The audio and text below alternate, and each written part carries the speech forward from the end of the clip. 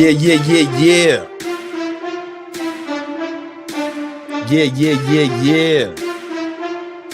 know what it is. Yeah, you already know what it is. Another episode of that Victory Talk podcast. We starting a little later today, but don't you worry, man. We got a lot we want to cover, man. We got a lot we want to get into. I'm going to really break down some of the things you need to do to really take your life to the next level. We're going to talk about making money in the market. We're going to talk about some real strategies to make money in the stock market. It's about to be, you about to hear a masterclass of that. I'm super excited for this episode. Let's get it.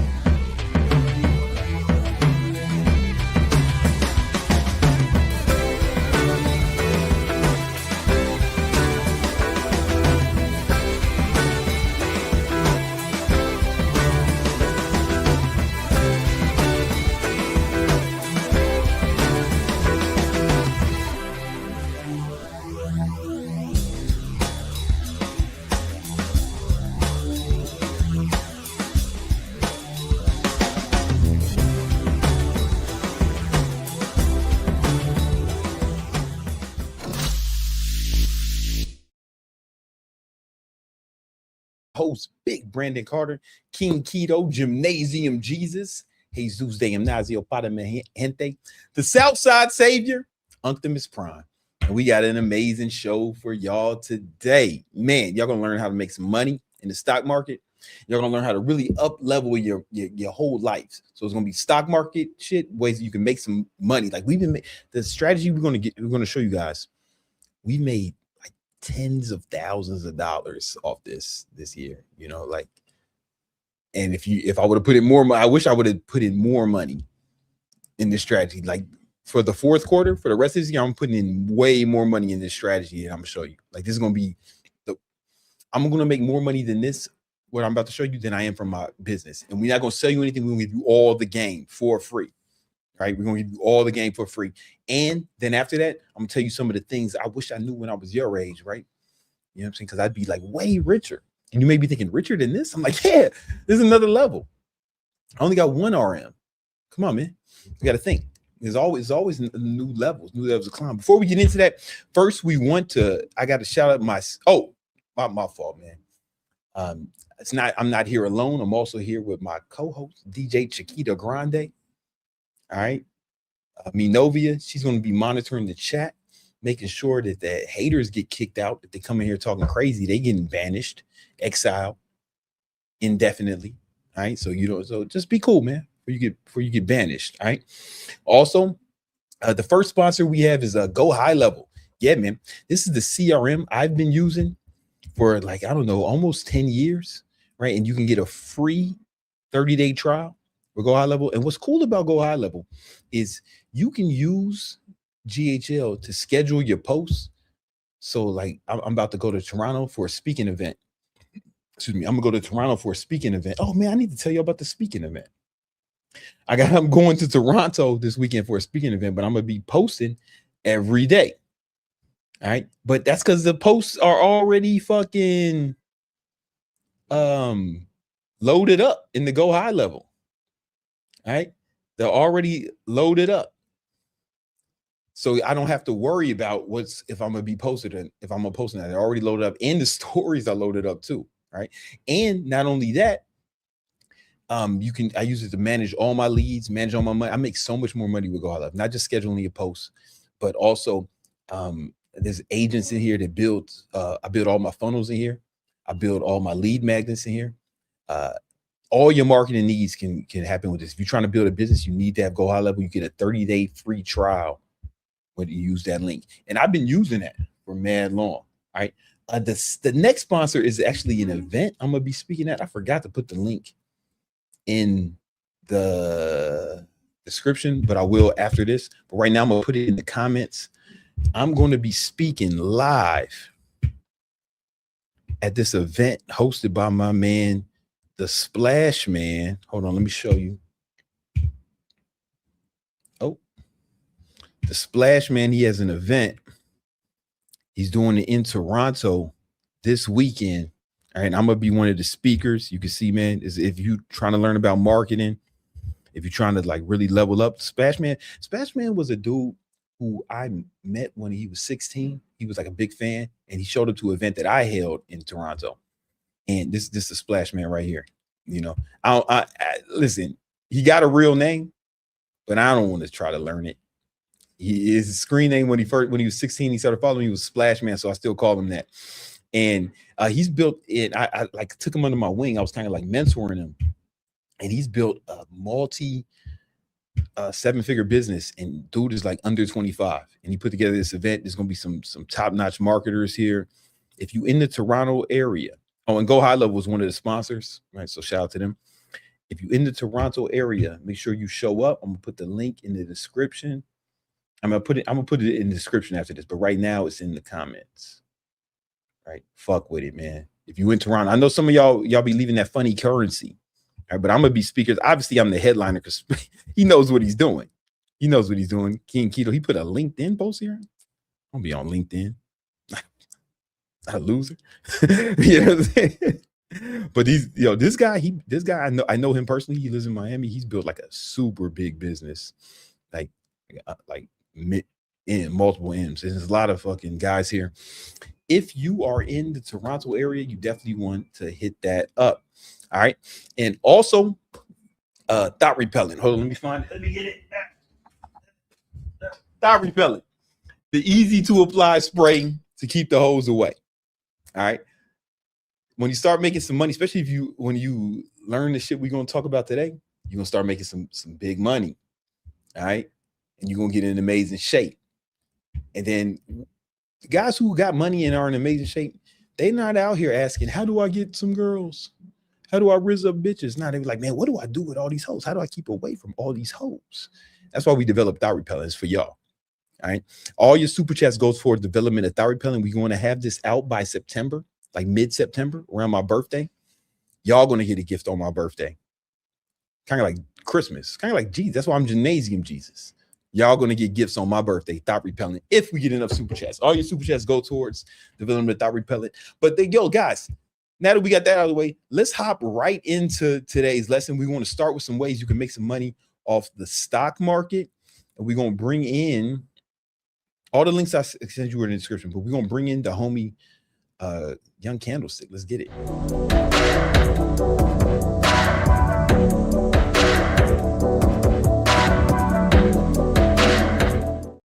Yo, Young Candlestick, what up, player? Yo, I can't hear you, man. Oh, wait a minute. Oh, I got to bring you to the stage. That's my fault. What's up? What's up, man? I have a really special presentation for you guys. Oh, man. Yeah, you do. Yeah, I've been wrangling with AI and we've been making money from it. And I just want to share what I've learned just over the past few weeks. And I've also been doing this strategy for a number of years, actually.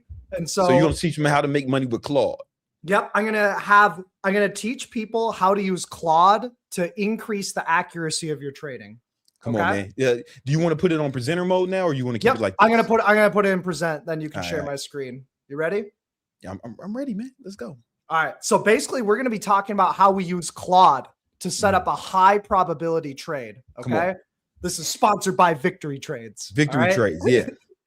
And before we get started, I just want to give a disclaimer. I legally have to do this. Yeah, we got to do this. All these presentations, every single podcast episode, all YouTube videos, every single little post and anything that comes out of my mouth. Yeah. It's all for educational purposes only. Yeah. That's it. Options trading, it is extremely risky, especially if you don't know what you're doing. And it's not suitable for all investors. Not everybody should trade options. I do think, though, that most people should at least understand them. Okay? You need to understand. You need to be financially literate, brother. Yeah. The more financially literate you are, the more you know, and the more you can protect yourself. You can't be out here ignorant. Yep. And as always, with the stock market, you can see things happen in the past. It does not guarantee anything in the future. I can't guarantee your losses in the future or your profits. Okay. So do your own research, consult your licensed financial advisor before trading. Okay. So let's talk about what we're going to be doing here today. We're going to be using AI, specifically Claude. Okay. I just have the free version of Claude, but I'm thinking of upgrading. But the free version you doing all this with the free version? Yeah, I'm doing this with the free version. I got paid version of ChatGPT and paid version. You got to get the chat is my favorite. You know what I'm saying? But you like Claude why do you like Claude specifically for this? That's a really, really good question. So I've actually been doing this. Hey, thank you. I want to acknowledge that. Yeah. And that's a good question because, why would I use Claude? I've been doing this with ChatGPT for a number of years, and the results just weren't consistent enough. But once I started doing it with Claude, it's been on point. And so because Claude just happens to be better at managing data, I'm going to be rolling with Claude until it stops making me money. I think you should go ahead and spend the $20. Yeah, I think because you made so much money with this shit. Yeah, yeah. It's been pretty cool. I'm on Claude Max and Codex Max. Okay. Come on, man. We can't. Right after this, I'm going to. I was just asked, if it's worth it to get it. I'd say you don't. I got them both, but man. It's good. I got them both. Yeah, why not? Why limit yourself? Come on, man. I got an Android and I got a Apple. That's and I got an iPhone. You got the back phone. I got PCs and I got Max. My girl got tits and ass, right? Like we don't live a life of scarcity around here. All right. I agree. Get both, man. Yeah, come on, let's go. So basically what we're doing here is we're going to be feeding Claude SPX data. And so SPX is just the S&P 500 index. What's great about SPX is that it's the mother of all products. It's the most widely traded options market, the most widely traded asset class.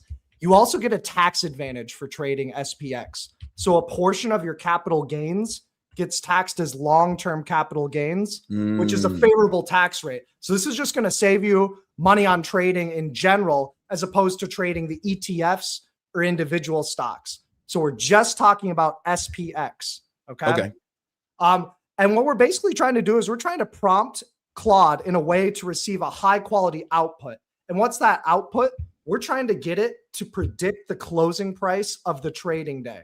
A really tall ask, because this is potentially the holy grail if you can get it down.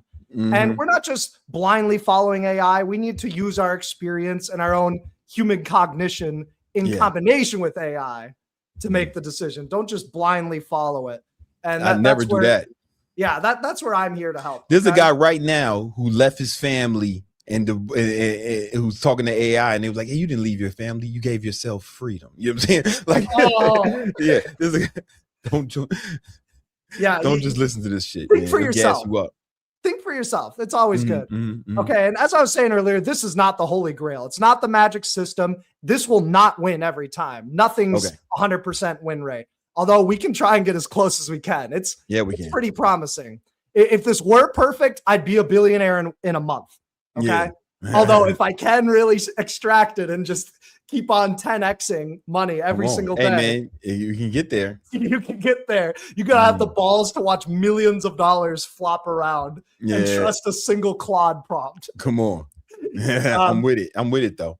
The main point of this presentation is I'm showing you what I'm doing. I can't show you the full how. I can't give you guys a full masterclass on options, butterflies, iron condors. This is going to be a super simple system that I'm going to be showing you guys.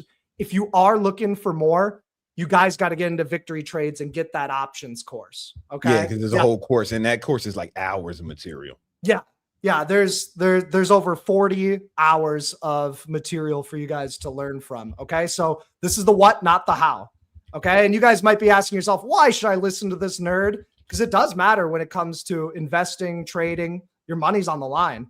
I have been trading for 10 years. Okay, I passed the Series 65 exam 2 years ago. I am not currently a registered investment advisor, so this is just educational. This is for educational purposes only.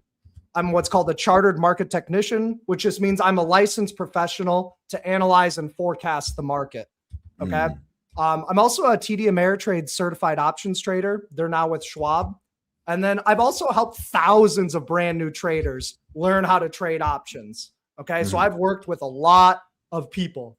All right. I'm also a funded futures trader. We trade futures live every day. Yeah, every day in Victory Trades. Link in the description if you want to trade with us live. We made some good money today, but let's keep going. Yeah, it's a good money. So here's step one.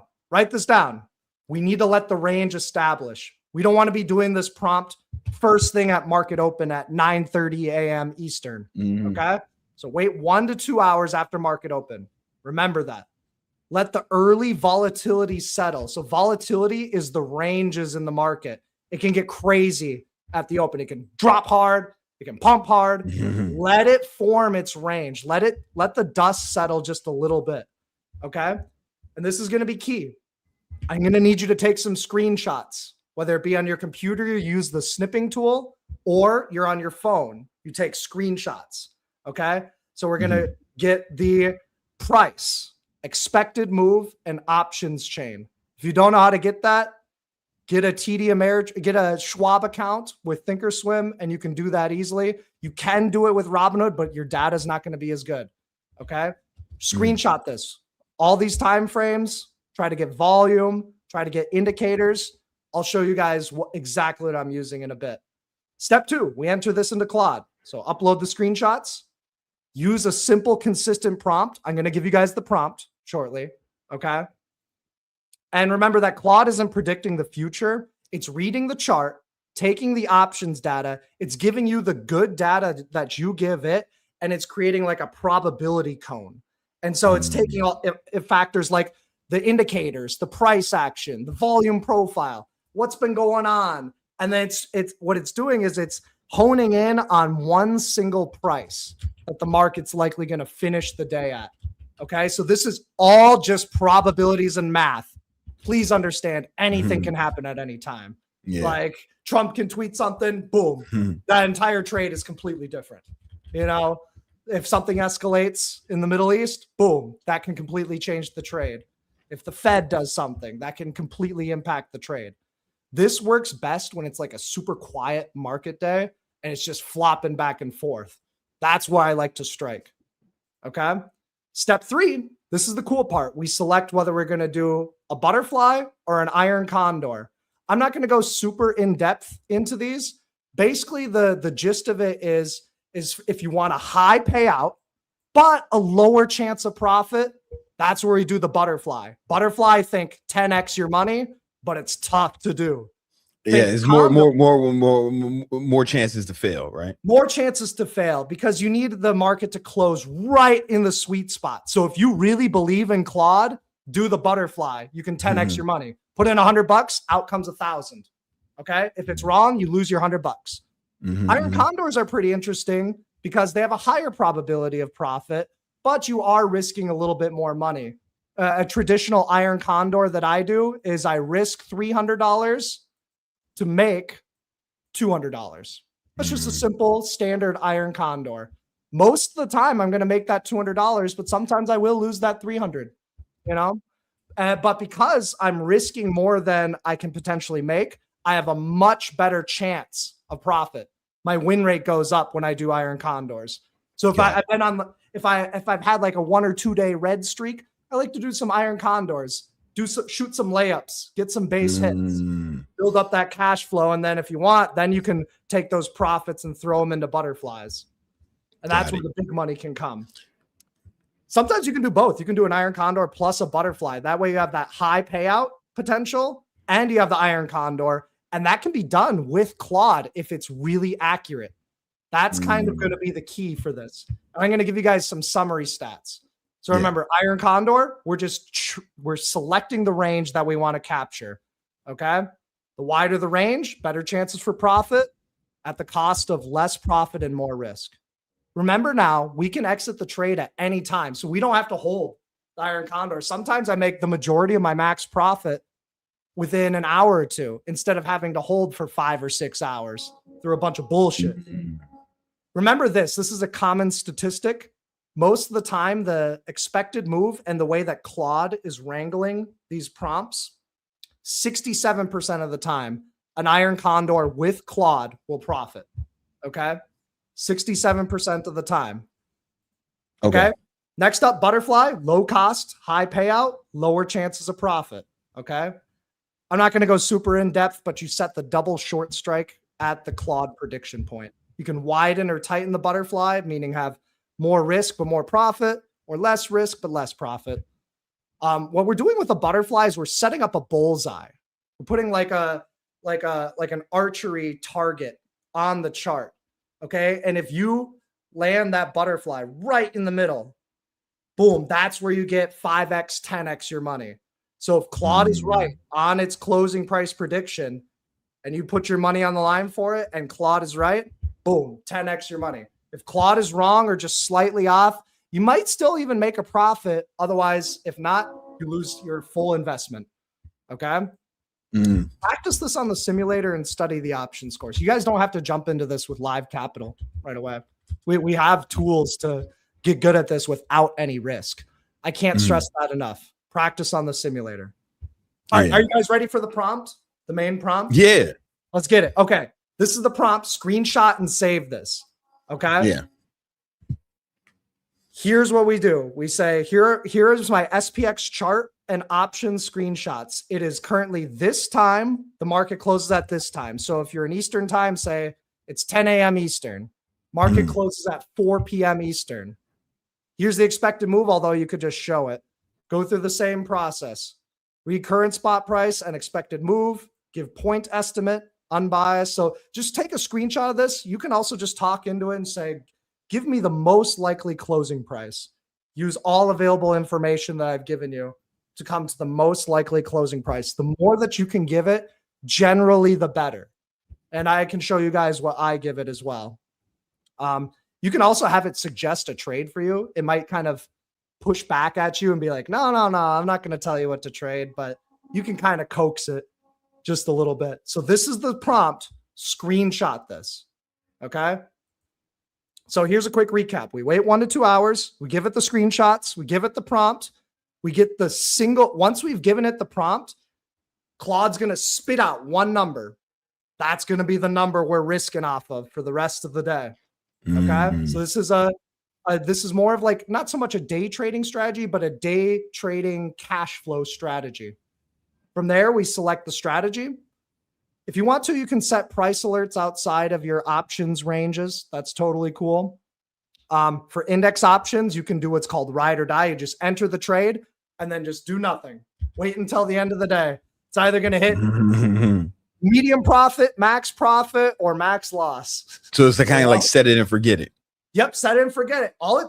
Once you do this, after you've entered in your prompt, which takes probably like 2 or 3 minutes, you enter the trade, which takes 1 minute. This is 4 minutes of work. 4 or 5 minutes of work once. You can exit whenever you want, though.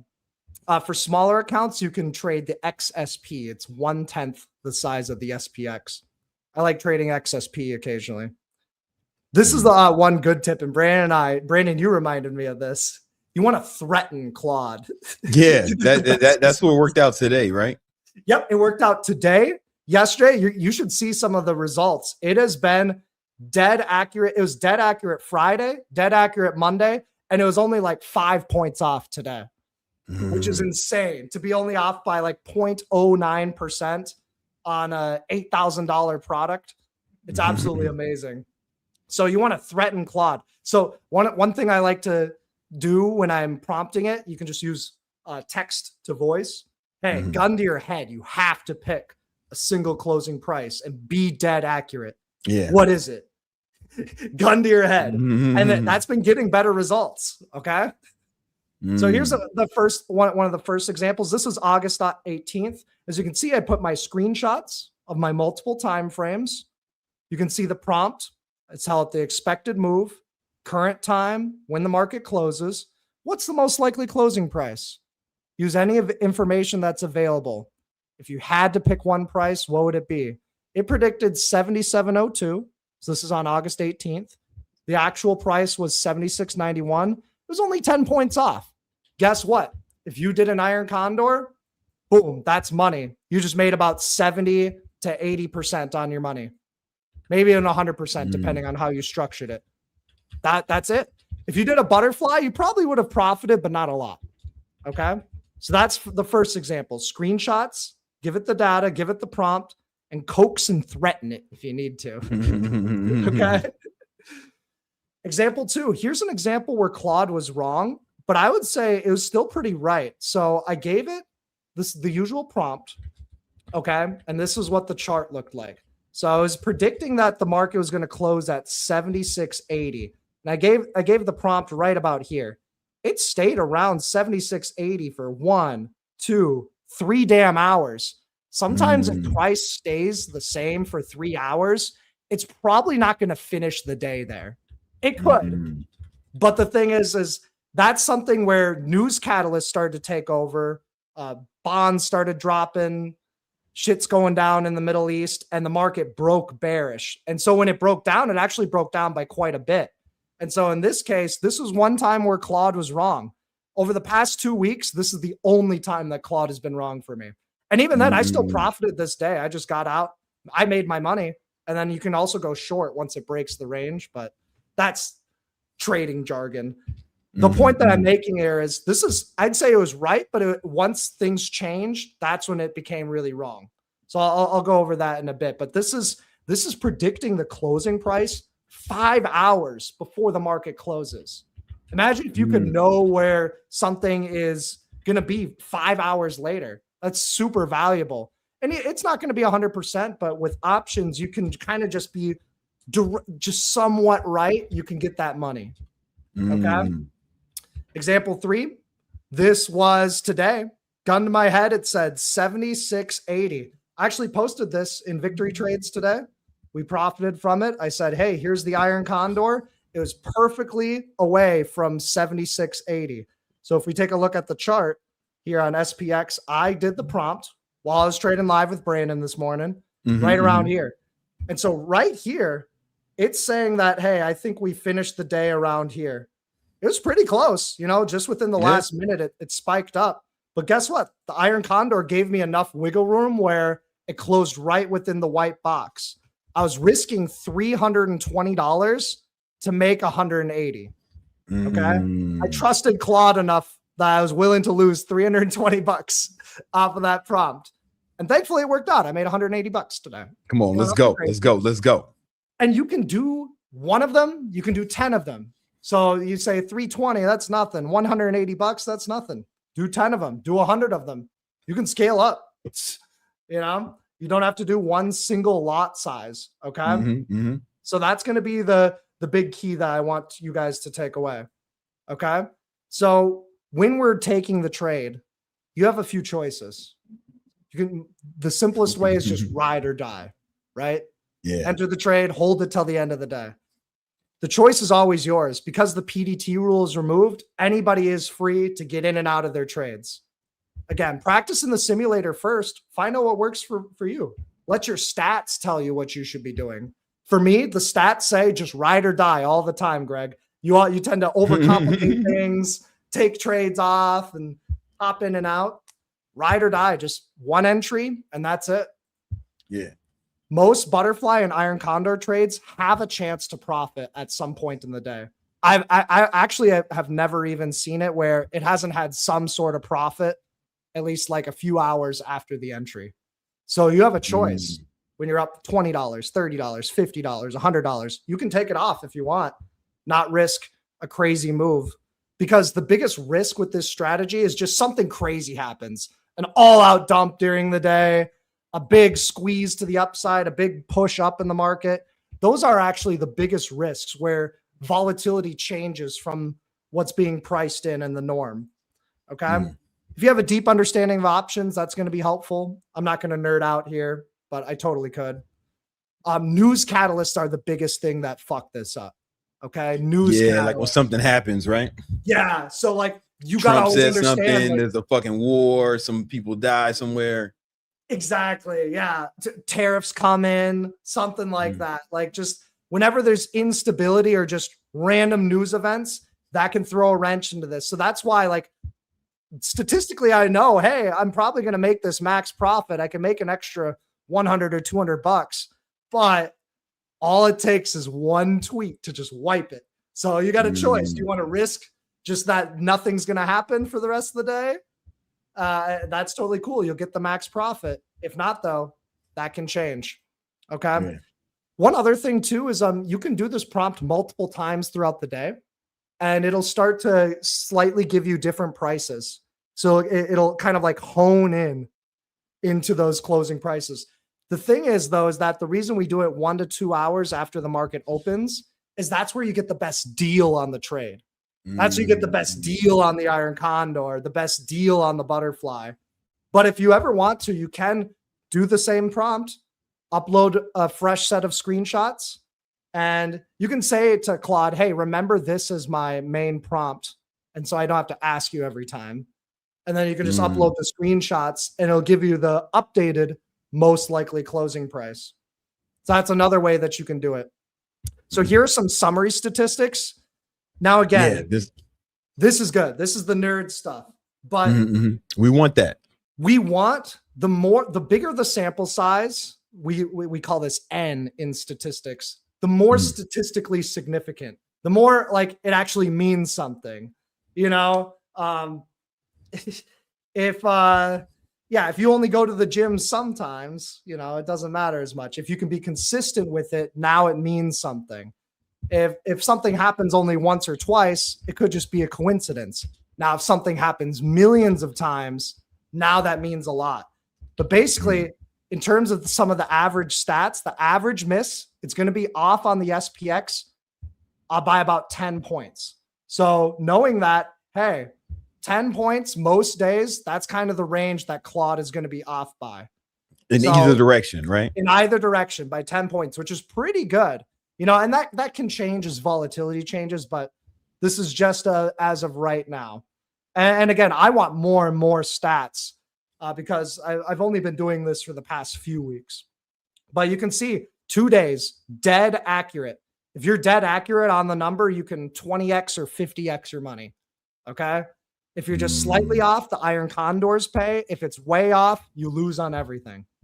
Okay. But having it put the gun to its head, that's the key. Okay. That creates what's called low variance. So you want it to be as close to its prediction as possible. For example, if I put a price target on Google of $600 a share by December 2027, however far off Google finishes from $600 per share, that's going to be my variance. Okay. So we want low variance. We want to be on point with its predictions. And so the more that you do this, you can keep asking Claude, hey, you were accurate this time. Remember what you did at that point in time, those key variables. Because then we want to be able to replicate this in the future. We want to be it to be as consistent as possible. So on average, it's going to be off by about 0.14%. That's pretty good for an S&P 500 ETF. That's really good, man. The only thing is I just want more data. It just takes more data, takes more time, and I'll continue to be doing this over time. Okay. And what's cool is you can turn this analysis into profit. Guys, I could have hours and hours of testimonials on this. Literally. Yeah, no, yeah. Like, I see you got the testimonials, man. Like, and I'm a testimonial, you know? Yeah. Yeah. Like literally. And we post the setups in Victory Trades. Like, if, you know, like he's showing you how to do it, but if you just want the setups, join Victory Trades. You get it linked to you get it sent to you every day. Well, every day there's a trade set up. Yep. I literally posted at 9:30 this morning. Claude, click the link in the description. Click the link in the description to get it. Condor. Yeah. Get in Victory Trades because then you can see this in real time. Claude Iron Condor, I post the strikes over here. Boom. Takes 1 minute to enter. You can learn about it in the options course. I show the risk profile right over here. And then people are hopping in. They're hopping in on the Iron Condor. They're asking me questions. Totally cool. Now I'm giving updates on the Iron Condor. Hey, if you want, take a $40 profit if you want. You know, if you want, take a $100 profit. If you want, take a $50 profit. You can exit at any time, but it becomes more and more likely. Dawson, he made a quick $100. Boom. Victory Trades membership paid for. Come on, man. And we're doing this every damn day. Like this isn't just like a one-off thing. Chase over here, he learned how to trade just a month and a half ago. He's slinging between $300 and $900 a day doing this.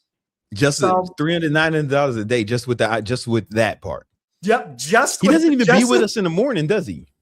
He's with us in the morning. He's not trading futures, but he's just chilling with us. He's having a good time. We got Chris over here with swing trades, but Jacob has a smaller account. You can do this with smaller accounts. You can put up like $20 on a trade. You can put up $50 on a trade. And if you're right, great. Here's Wolf, Claude Iron Condor, made $100 over there, and then also traded. What's also cool about this, I didn't talk enough about this. When you have one single closing price that Claude is predicting, we call it the anchor point, because I know, okay, if Claude thinks we're going to finish the day at this point and the market's oversold, I want to buy it.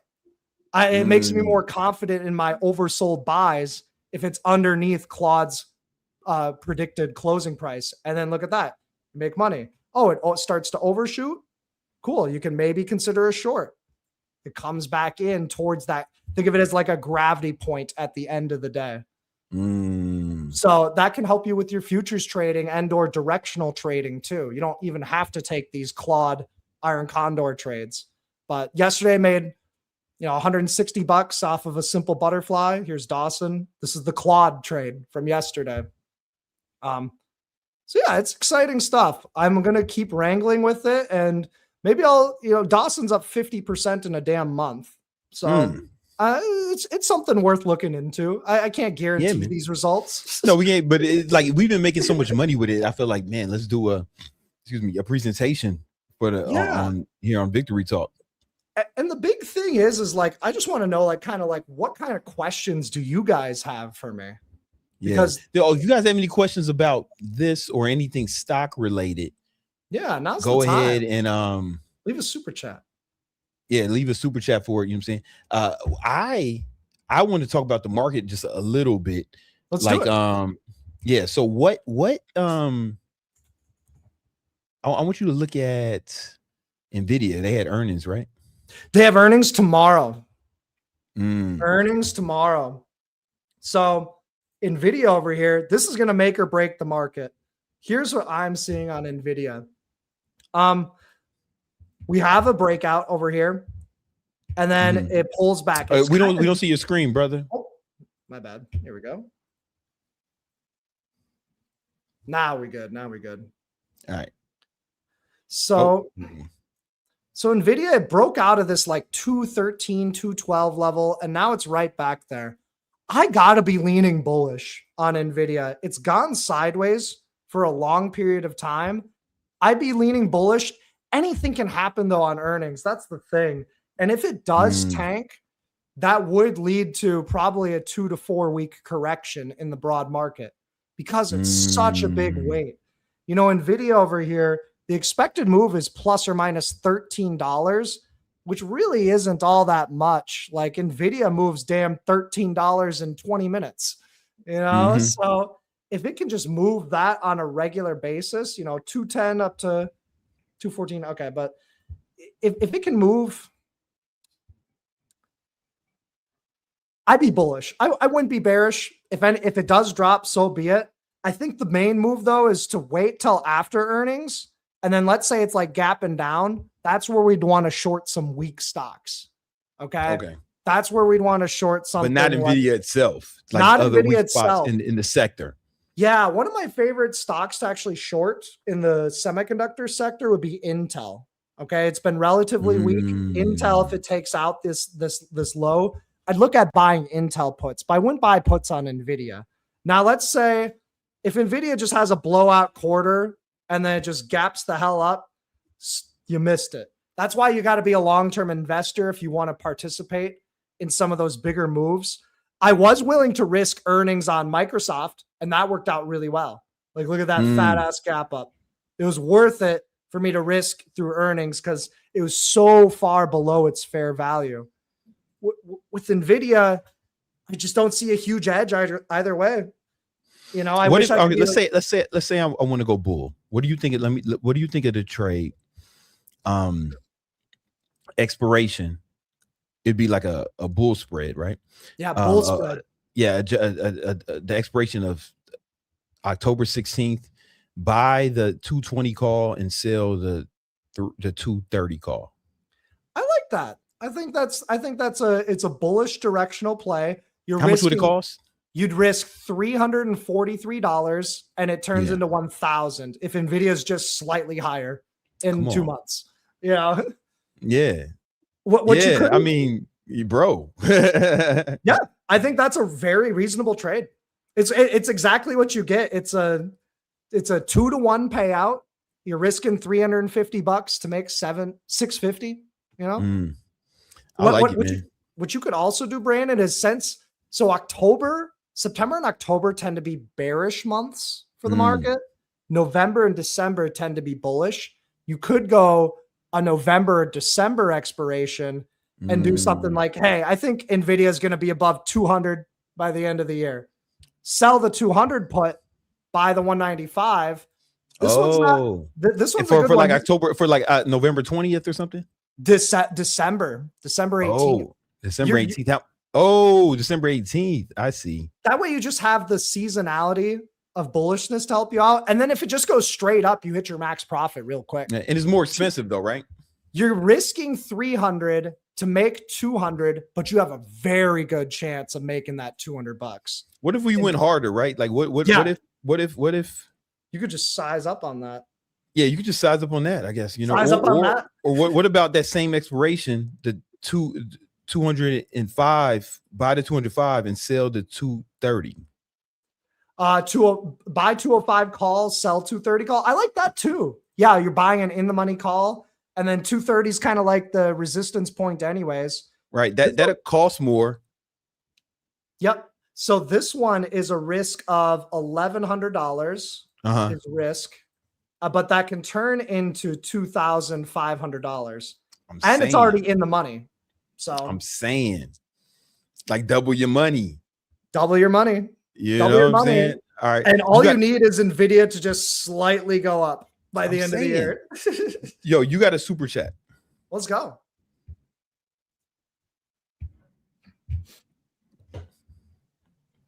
KMI bull flag, natural gas. Let's check it out. KMI. Kinder Morgan.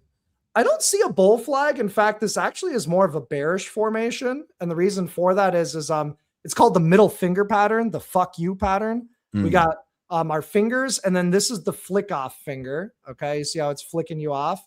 Usually that's bearish. Okay. So that's KMI.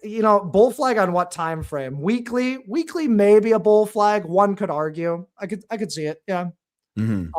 Monthly is kind of a bull flag. The thing is the way you trade this is you buy the highs of the flag.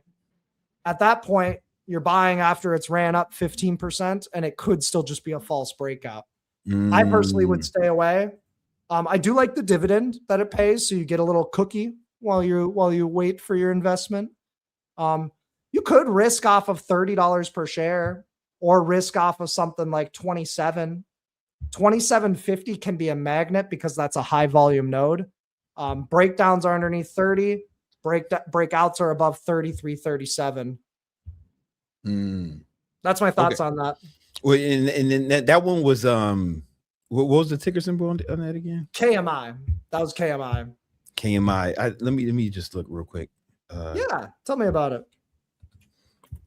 So we feeling bullish on KMI. Are we? So when I look at the analyst target is like 36. Okay. Right. It's at like 31 right now. Yep, it's at 31 right now. Yeah. So I don't know. Let me ask you. The chart is relatively bullish. It's neutral, right? It's been in a channel since like February.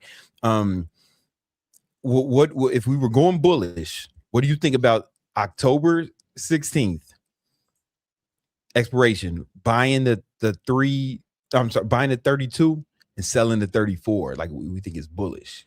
Yeah, that's an interesting trade. I wouldn't even bother selling the 34 call because you're only getting 20 cents in premium. So if you just decide to not get that $20 back, you can have unlimited upside. I would go with something like just buy the 31 call, spend the $130. You're gonna have a higher delta and less theta, and then you'll get a better point for point move. Unless you expect a big move up, that's when you'd buy the out of the money call options. I got you. Yeah, so the max profit can be super high because I think with mine, the one I just gave you, the max profit was like, you're capping your profit, and I don't see the point in capping your profit if you're only collecting 20 cents in premium. but you're risking Yeah. $60 to turn into 200 on your trade. Mm. Risking $50 to turn into 200. The trade that I not so much suggested, but not even advised. You talked about. You just talked about. Yeah, I talked about it For educational purposes. For educational purposes. The 31 call, you're risking a lot more, but you have a higher probability of profit. And if you are right, you get paid cash. Good money. Yeah. Right, you just have to put up a little bit more money. That's all. The thing is, though, also you don't get the dividend if you're trading the options, you know? Yeah, but for October, how many options are you going to get? You got to be like bullish. You got to, yeah. All right. So, all right, cool. What I think we got another one. And I just want to note too, the setups for buys are you either buy a dip and then put your stop loss after the pivot that it makes, or you buy a breakout, which is sometimes riskier because you have a wider stop. So this kind of would be the dip, but the thing is like, where do you place your stop? Is it 30 or is it all the way down here at 26? So like always like, hey, what can I risk off of? What's a good level to risk off of for day trading or swing trading? Yeah. All right. Rosado Sports. He's got the cross. He donated $5. Yeah, he did. Any strategies for different sessions? I'd be at work in New York session, and what simulator do I recommend? Yeah, so at the open, some good strategies are study opening range breakouts. You can study like fair value gaps. You can study like opening drives or stocks in play, like stocks that have news catalysts and like a daily chart breakout. That's for the morning session. The lunch session usually should just be like scout for like swing trades, kind of like manage your portfolio a little bit. It gets crazy at around 3. I don't like trading that because I just feel like I don't know what's going to happen. It's power hour. It's just a bunch of algos fighting each other for that closing price. It's like anything can happen. Anything can happen because there's all these options that are expiring, and the dealers want to try and make it so that the most amount of people get knocked out or the most amount of options expire at 0. Yeah. So mostly selling options to people buying them. So power hour, again, I just like to look for swing trades and kind of manage my 0-day options, maybe my Claude trade. As for simulators, pretty much anything, bro. You know, Thinkorswim has a great simulator. Ninja has a simulator for futures. TradeStation has a simulator. Interactive Brokers has a simulator. Webull has a simulator. Yeah. The only thing that doesn't have a simulator is damn Robinhood. That's funny, right? Yeah, they need it the most too. Yeah. All right. I think you got another one. Okay. Well-traveled trade. Greg, do you ever use initial balance for trading futures? It's a new strategy you've been testing. Would love to hear your thoughts on it. That's a good question. I've actually never heard of that, like initial balance. Maybe that's like a high volume node or something. I'll have to look into it. I don't want to speak onto it if I don't know. Have you heard of that, Brandon? Nah. Yeah. Come trade live with us. Yeah, share what you're out here, man. We out here every day. Yeah. We're real quick. You got another one. Let's go.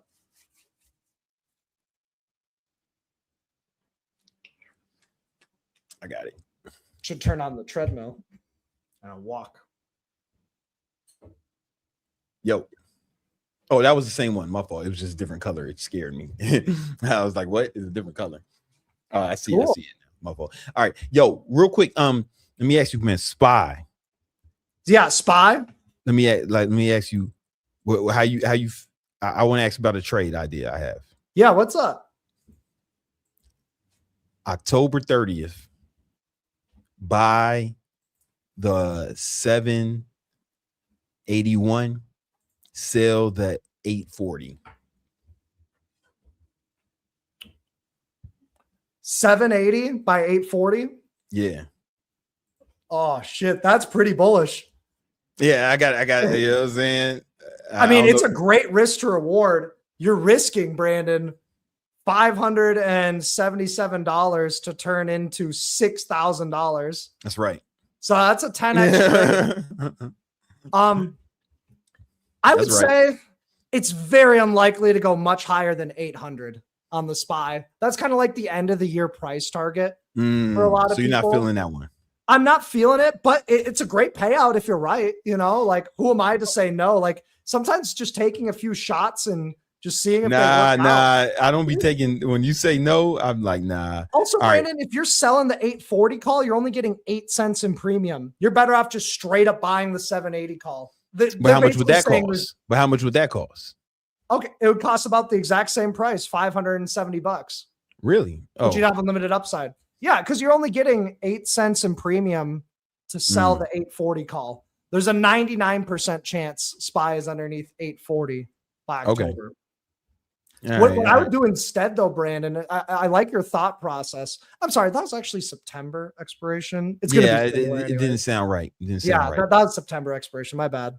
All right, so let me give you again October 30th, 781, and sell the 840. No, it's gonna be the same thing. I was like, damn, I did this shit wrong.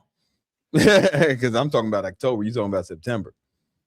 Same thing. It's going to be, it's very unlikely to get even past 840. I'd be selling 840 calls like a motherfucker. Like the 840 call at the end of October, you're getting $60 off. But this one, you're risking $1,200 to turn into $6,000. But you don't think you're not feeling good about it? No, what I would do instead is I do something like buy the 780, sell the 800, because it's not likely going to be above 800 at any point at the end of the year. Okay. I don't forecast the market going up more than 5%. So selling the 800, got it. Yeah, because you'll actually get more premium that way too. And I would even go December. That way you can get your Trump pump Santa rally. Yeah. You know, because October tends to be a bearish month, spooky season, Halloween. So like any bearish move kind of wipes that contract. But I would look at doing something like buy the 770 call, sell the 800 call for December. Not too shabby. There's a pretty good chance you're going to get max profit. It's not the best risk to reward though. You're risking about $1,400 to turn into 3,000. That's not the best at all. It's basically just saying, yeah, I think S&P is going to hit that 8,000 target. It could go further, but I like your thought process a lot. All right. Also, you could do that on a SPX and you get the tax advantage. So you just do something like maybe like buy the 7,800 call, sell the 8,000 call. Same thing. Or you could do a lot of bullish put credit spreads. Just size in. As long as there's not a catastrophe in the next 4 months, you're good. All right. There's one money manager CMT dude. The only thing he does is every 90 days, he just sells a 0.30 delta bullish credit spread on SPX. He takes like 4 or 5 trades a year and he crushes it. You know, he generates like 30% a year. Oh shit. Yeah, and this is on big money though. This isn't on a small account. Yeah, it's big money. All right. All right, cool, man. Well, all right. I had fun today. All right, yo, listen, man. Yeah, 100%, man. Listen, guys, if you want to trade with us and you join Victory Trades, you get Greg's trade alerts live every day, right? And you get you can trade with us live. We trade futures live every morning. Yo, can you just real quick just show them what happened in the room? I'd be happy to. Let's do it. So yeah, we trade futures live every morning. If you're brand new to the markets, you get access to the beginner course, the options course, and the futures course. A lot of setup videos, tutorial videos, strategies, setups. Here's M13 over here. He made $400 trading live. These are from Brandon's call outs. Yeah, I was calling. I was nice today. I was feeling good about myself today. Yeah, you're back in the groove. Prezi, this is a small day for him. He only made $550. Small day, man. He'll get it together. Yeah, he'll get it together. I did pretty well. I made about 350.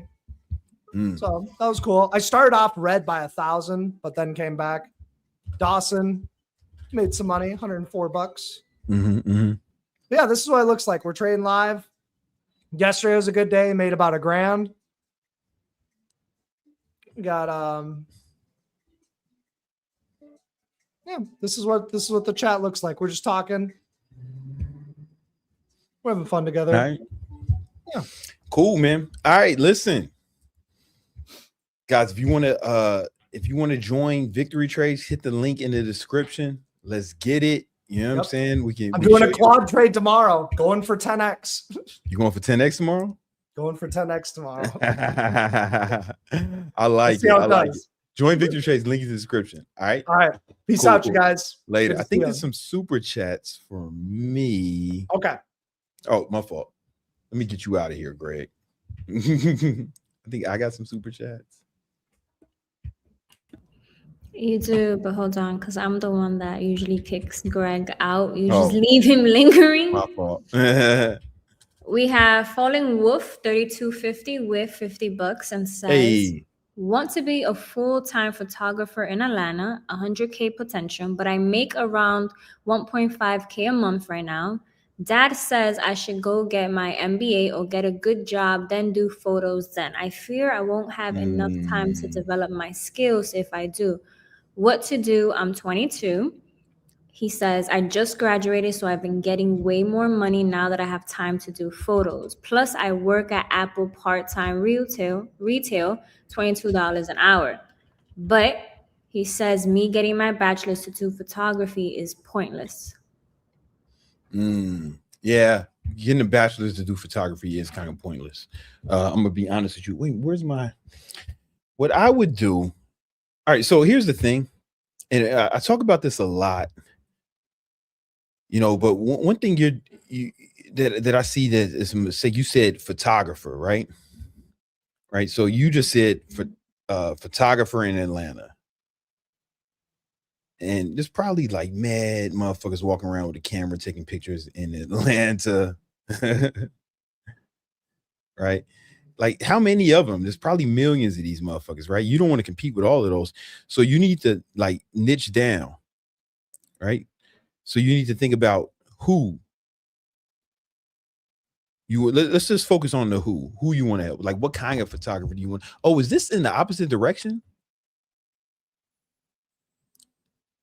Hold up. Is this backwards? Huh? No, that's right. It says N and who. Oh, no, but I'm saying it's like, are the words backwards? Because I see it backwards. No. It says Y. It starts with a Y. Everything is good. Type 1. Okay. She sees it good. Y'all type Y. Just make sure this is right to y'all. It's not backwards. I'm using a different setup. It's type 1. Type Y? I'm sorry. Type 1 if everything looks good to y'all. Real quick before I get into okay, everyone's saying it's good. All right, I just want to make sure. Okay, y'all saying it's good too. I'm just gonna check on YouTube real quick. Let's see it, because I don't want to do this whole presentation and realize that my shit was fucked up. All right. Oh no, it looks good. Looks good to me. All right, all right. Awesome. All right. So boom, you need to think about who you want to help, right? So what kind of photographer you want to do? You want to do, I'm just gonna write abbreviations. You doing weddings, you doing club shit, you know what I'm saying? You doing fucking OF girls. Like, you got to really have some sort of niche. You got to niche down, because just photography is too much, bro. You know what I'm saying?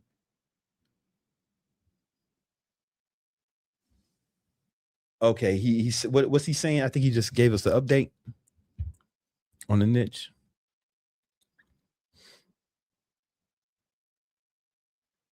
Oh, he says portraits is my niche. So I read that. I thought he said prostitutes was his niche. Where's your mind at? Yo, I mean, listen. Portraits. It's spelled wrong, but portraits is my niche. So a lot of studio engagement and grad photos. I mean, okay. Everybody graduates every year. Everyone graduates, right? And that's cool. So with the niche is who, what? I'm sorry. What and how, right? That's typically how we tell people to do the niche, right? So you do what you do is the portraits is that could be like your Yeah, let's call that your what. I'm not going to portraits, right? But now the who, you need to figure out exactly who you want to market and only focus on them. And because when that happens, here's the thing: once you do that, what's going to happen is you'll get some word of mouth, right? Like if it was just graduates, one that's seasonal, so I don't know if that's what I would pick, right? But you want to get people who need like portraits year round, like all the time, and you want to focus on them if you want 100K, man, because graduates, they only do that shit once a year, right? But there's people who specialize in taking like baby pictures of newborns, shit like that.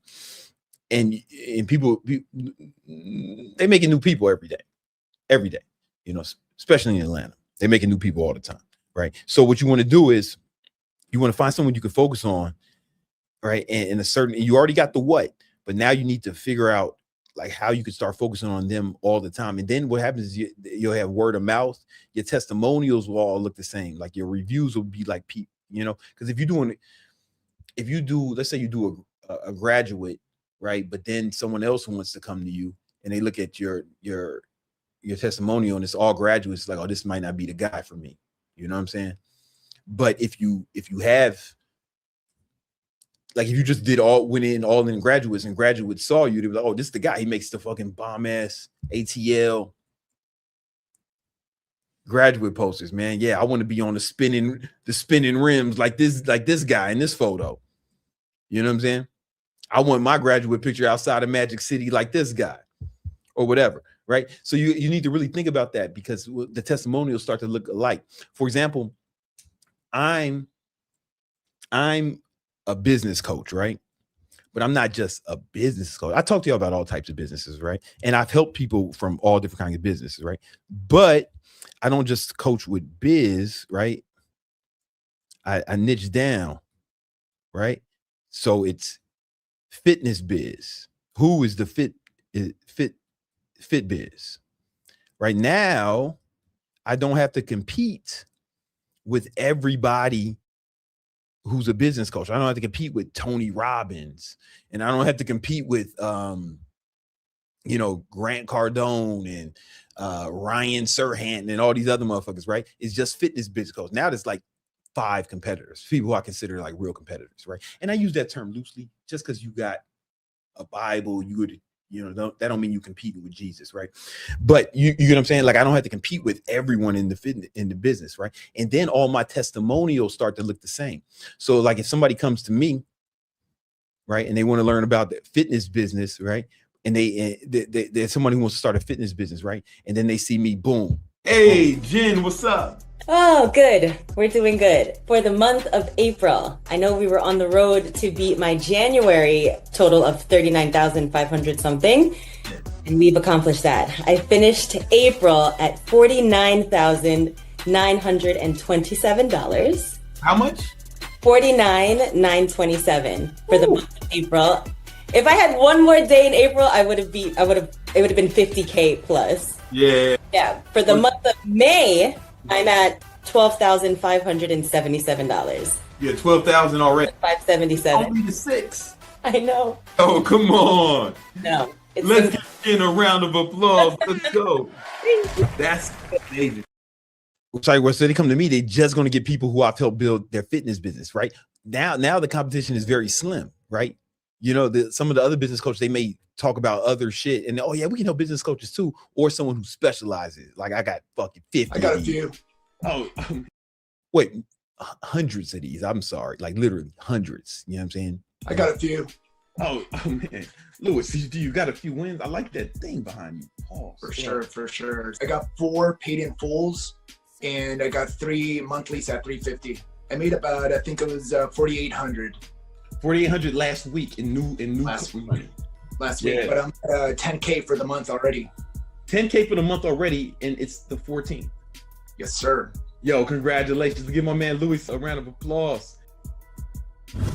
What's up, Corey? What's going on? But you see, I can do this all day, and so that when that person sees me, it's like it's people like him who wanted to accomplish what he wants to accomplish, and I've helped him do it. And that you see how that makes the testimonial stronger. Like I can do it. What's up, Corey? What's going on? The last month was a record month. We finished at 45K for the month. But hold on, man. Last month you did how much money? I don't gloss over that. How much money did you make last month?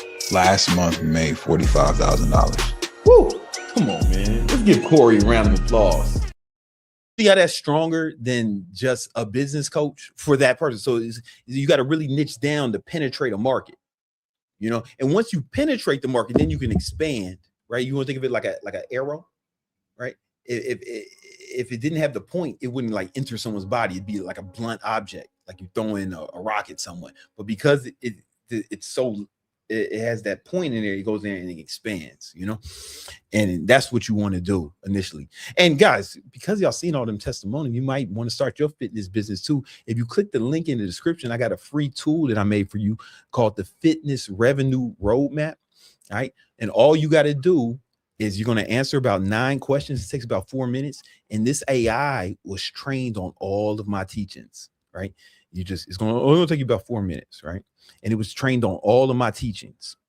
All right. So everything that I've like years and years and years and years, almost like a decade of teachings, right? And when you answer the question, it's going to show you exactly how to get to where you want to go, like how much money you want to make from where you are, no matter where you are, even if you just started or even if you haven't started. If you a motherfucker with you got an IG, no followers, no profile pic, you just be leaving hate comments, right? It'll show you how to go from that to like some of the people I showed you. And it's 100% free. The link is in the description. It'd be the same as like me, like actually kind of coaching you. All right. The link is in the description. Check that out. All right. Cool. I think that's it, right? For the chat, or do I got another super chat? No, we got more. Okay. All right. This isn't a super chat, but I wanted to point out how Vision Target Shoot says Go High Level is dope. I signed up today and got started. Yo, come on, man. Yo, you guys, if you haven't already, you got to join. You got to sign up for the free trial of Go High Level. And I don't know how long they're going to be doing, but you get 30 days. Like you got to do it now because I'm not sure how long it's going to take. But I run my whole businesses, all my businesses. I run through Go High Level. I've been using it for like 8 years. And I talked to them and I got the 30-day free trial for everyone on here. And you know what's really cool with Go High Level? Let me show you something. If you ever see how people will be like, yo, comment this link and you get my free thing, right? You guys ever see that? And that's cool. You send them an ebook or a checklist or some sort of PDF. That's cool, man. But what if you really want to make money? You got to do this next thing, right? So if I go, let me just sign in my Go High Level off screen. All right, let me log in. All right, let me go to my sub account. All right. So when you go in, right, you'll see all this data. And what you want to do is you want to go to, oh, I'm not showing my screen. My fault. You want to go to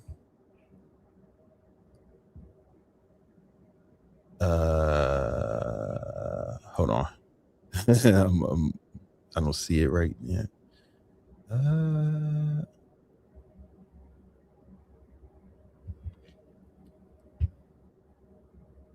What happened to AI? Oh, damn! I wanted to show you guys something. But if you ever see, all right, well, right now I'm not going to show you. But if you ever see, you see my tool Ripped Roadmap. I have a tool called Rip Roadmap, right? And this is, instead of giving someone a PDF, it's like, yo, start your free assessment, right? And it'll tell you exactly how much, you answer a few questions and it'll tell you exactly how much weight you need to lose and your body fat percentage and all that. Like I made that with Go High Level, right? They got something called AI Studio. You can make that for free with Go High Level. I mean, it's the shit. And then all the leads, they got to put their email and text message in here to get their assessment after they put in everything, right? And now I can follow up with all the leads here, right? I mean, this is way better than sending somebody a PDF file, right? But anyway, yeah, sign up for the free 30-day trial. Go High Level. It's the shit. If you want to make money, it's legit. All right, what else we got?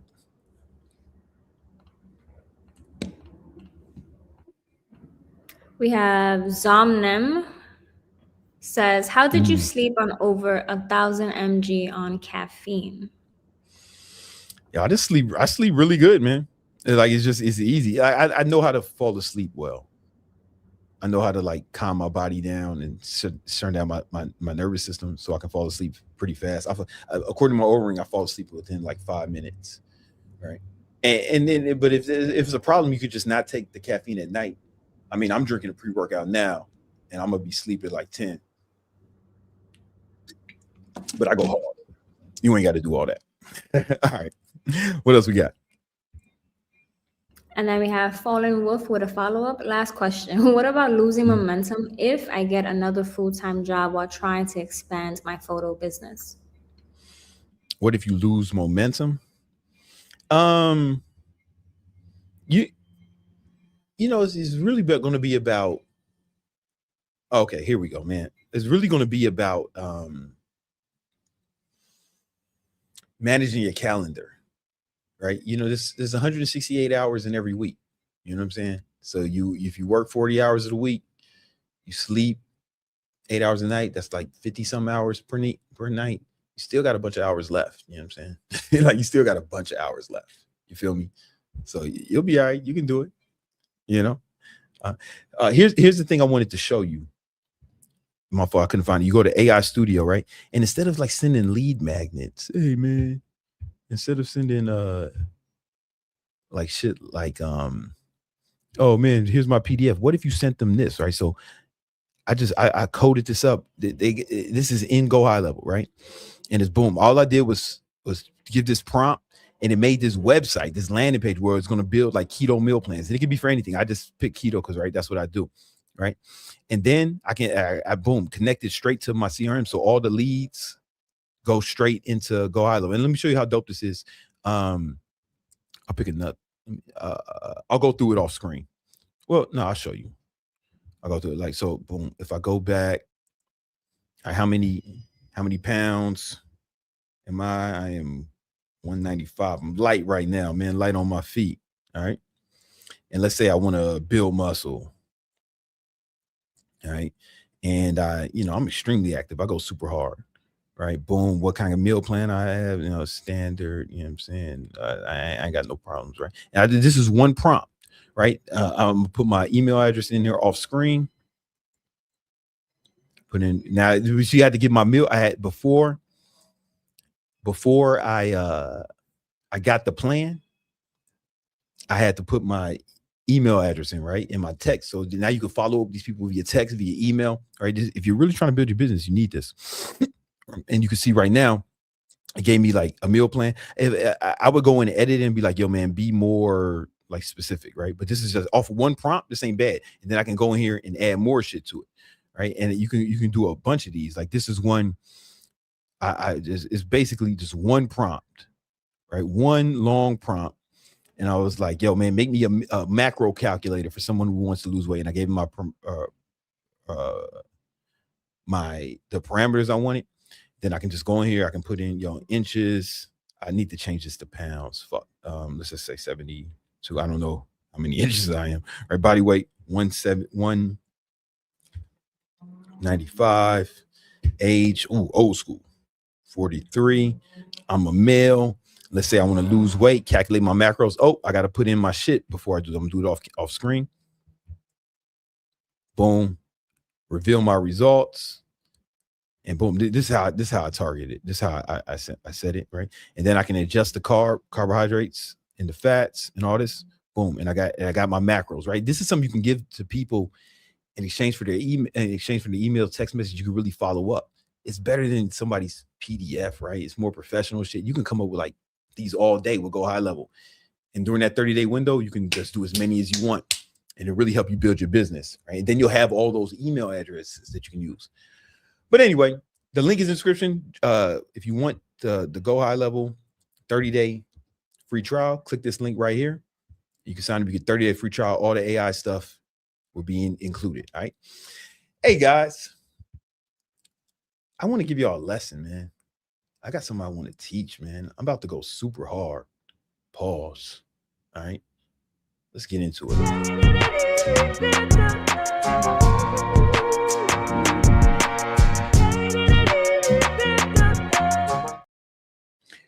I'm 43 years old. I've made tens of millions of dollars online. I'm also in way better shape than most people. Got a great relationship with my family and living the dream. But I would have got here way sooner if I knew the things that I'm about to teach y'all. So without any further ado, we're going to jump right into it. Here are the I thought we was going to jump right into it. We're going to jump right into it. Here are the 21 brutal truths I wish I knew in my 20s. Now, here's the thing, guys. Like, you already know some of this, man, right? And here's the thing. If I can go back in my 20s, I wouldn't give myself a complicated 100-step plan. I'm going to give y'all 21 things that I wish I knew. That I had to learn these things the hard way, right? And this is not just going to be about motivation. This is going to be about strategy. These are things you really need to learn to make this happen. All right, let's get right into it. Number one, you got to learn how to manage your own chemistry. And what I mean by that is everything you do, you got to do it with your body. And you got to learn how to manage your body's chemistry internally. And here's something that most people won't say out loud. Every super successful guy I know who's in their mid-30s or older is on some sort of performance enhancing drug. 100% of them. And I don't mean like steroids, even though some of them are on that, but I mean like guys are taking stuff mostly for cognitive enhancement. Right now, before I get into this, here's the thing. Consult your physician before you do anything I'm about to say. Don't do nothing without talking to your doctor. Don't follow none of the advice I say until you talk to your doctor. I'm not a doctor. This is for education purposes only. Don't tie your shoes without talking to the doctor. You think about calling your mom later today, hit your doctor up first. Make sure he's cool with it. Right? Maybe before you go to bed tonight, ask your doctor, hey, bro, what time do you think I should set my alarm for? Right? Don't do nothing without talking to your doctor. All right. Hopefully that pleases the YouTube moderator so I can give y'all the real game. All right. Every guy I know who's super successful in their 30s and 40s is on some sort of performance enhancing drug. 100% of them. Right. And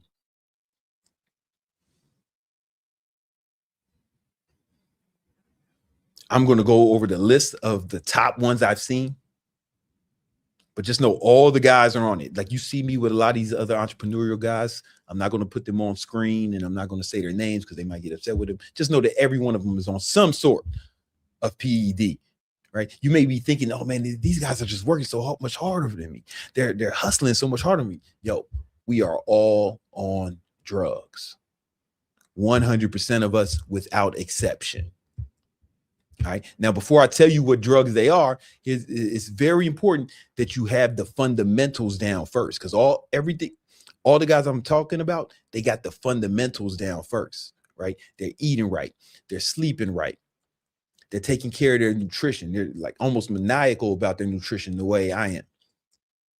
They're serious about their training, because if you try to do this stuff and you don't have that in place, then you'll be in a deficit. And then you take these drugs I'm about to tell you about, it's just going to make you like regular. You'll just be masking a problem.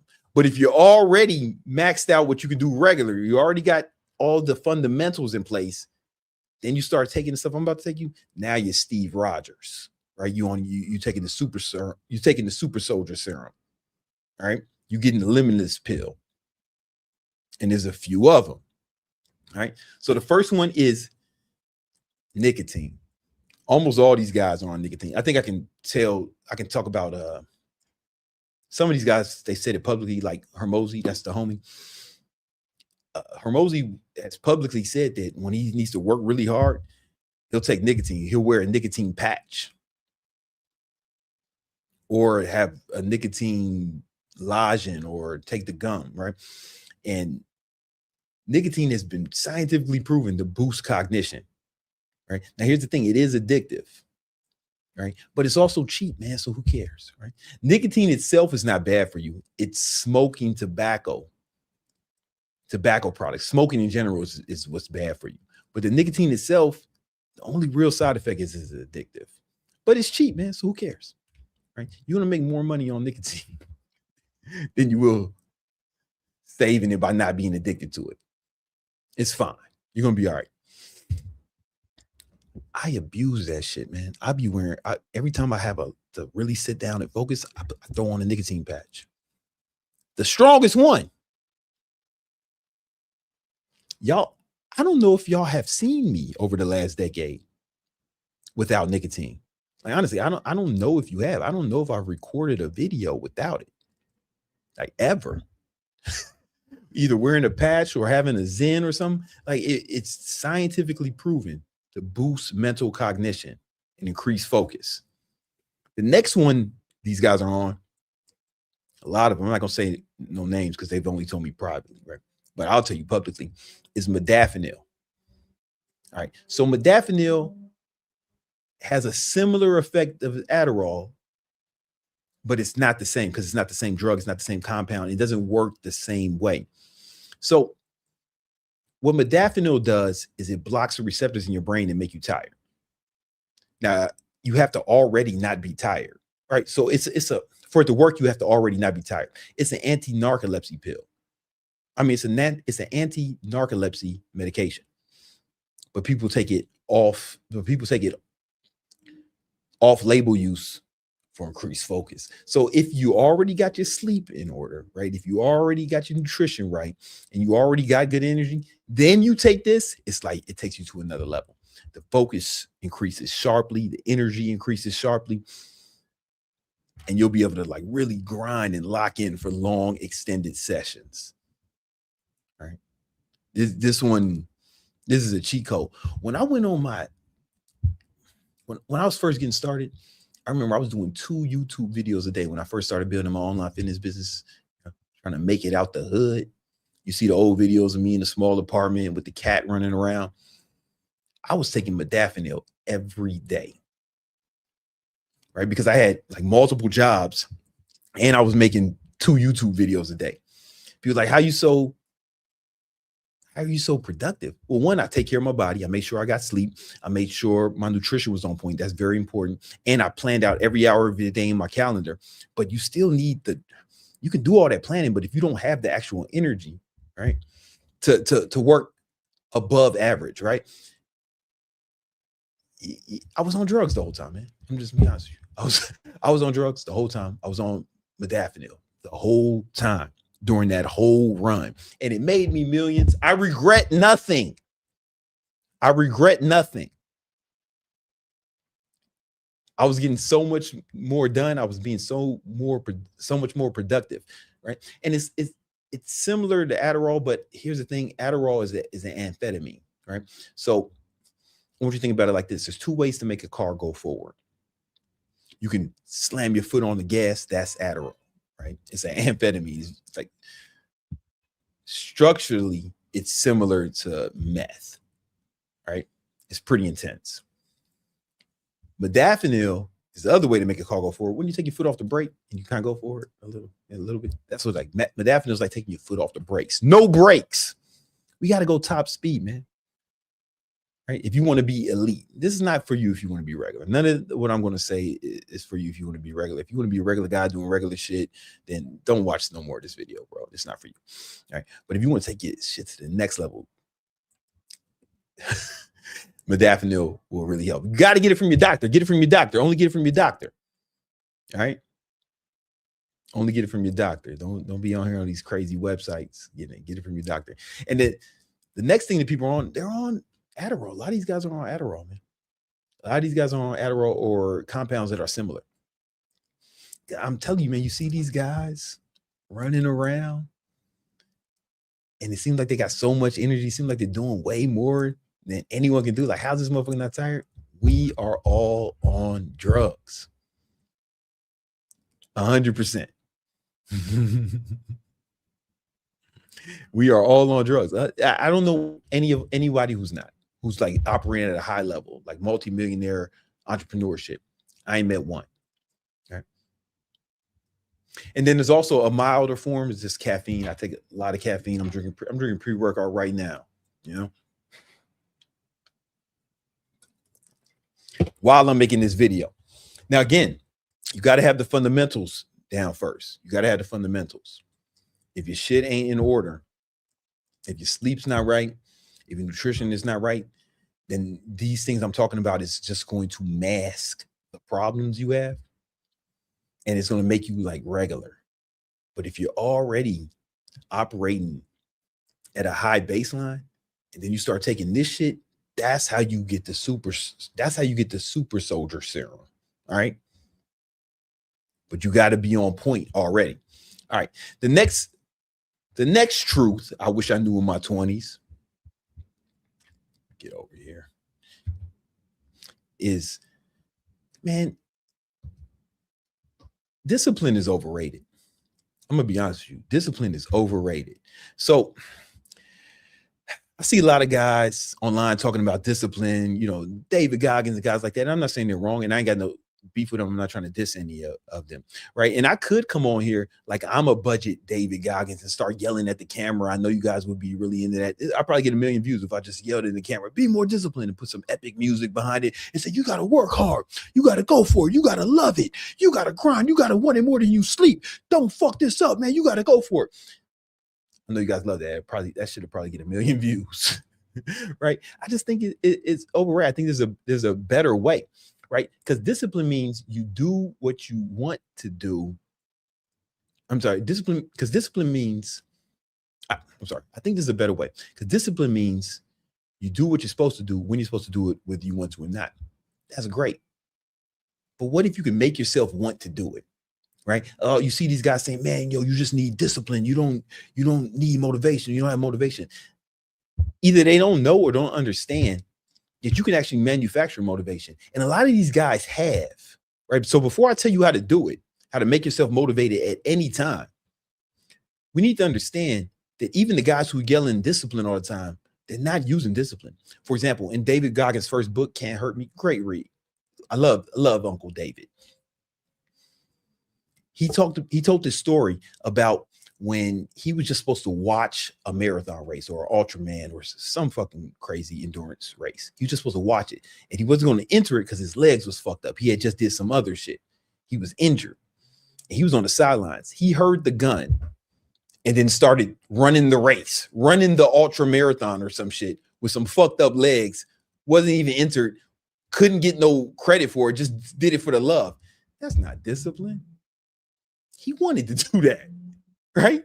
He wanted to do that. And you can manufacture that feeling. And I don't think David maybe realized that he's done that. Like, so when I read his books, he's done that. And I'm gonna show you guys how to do it too, because if you have to rely on discipline all the time, the problem is that means you're like white knuckling and going through life, fighting your way through it. You could just get motivated and clear the path. And I'm going to show you how, right? So Sigmund Freud, he's the father of modern psychology. He said that people are always moving, everything someone does, they're either moving towards pleasure, this heart's going to represent pleasure, or away from pain. This is why anyone does anything, they are moving towards perceived pleasure and away from perceived pain. All right. And right now, you find it difficult to be disciplined. Well, you feel like you need more discipline because you associate pleasure with parties. Right? You associate pleasure with recreational drugs. Right? Getting high, getting drunk, drinking.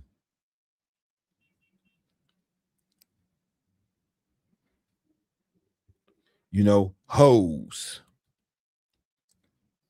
Right? You associate pleasure with all that, and you associate pain with, you know, hard work. You associate pain with waking up early. Right? You associate pain with waking up early. Excuse my handwriting. Right? You associate pain with focus. Right? And whatever, it's going to be different for everyone. You associate pain with this stuff, the stuff you're supposed to do, and you associate pleasure with the stuff you're supposed to abstain from. So, of course, it's going to take you a shitload of discipline to abstain from those things and to do the things you're supposed to. You're fighting against your nature, but you can change all of that. All you got to do is change. All you got to do is change. All you have to do is change your associations with pain and pleasure. And there's a way to do that. And if you do this, you won't need discipline ever again. You just won't need it. It's called the list of hate and the list of great. So the list of hate, that's what we're going to start with. You need to write down a list of everybody who's hated on you, who shitted on you, who said you couldn't do it. Every chick who rejected you, every chick who stood you up, left you on red. That black guy who stole your girl. Sorry about that. That was a long time ago. You know what I'm saying? Just kidding. Would have never been with your girl. Right, but whatever. You got all your enemies. People say you couldn't do it, right? And look at that list of hate every day. Start your mornings off with it. I start my mornings off with looking at the list of hate, right? And what it does is you want to look at your list of hate every time you don't feel like doing something. You're like, man, I just need more discipline. Fuck that shit. Look at your list of hate and just know that if you don't work hard, the haters win. If you don't go after your goals, the haters win. If you eat the fucking cake and fuck up your diet, the haters win. If you don't go to the gym today, the haters win. And you can't let the haters win, right? And what you're going to notice is the moment you look at that list of hate, you'll want to do the thing. It's going to increase your motivation. You can rely on motivation.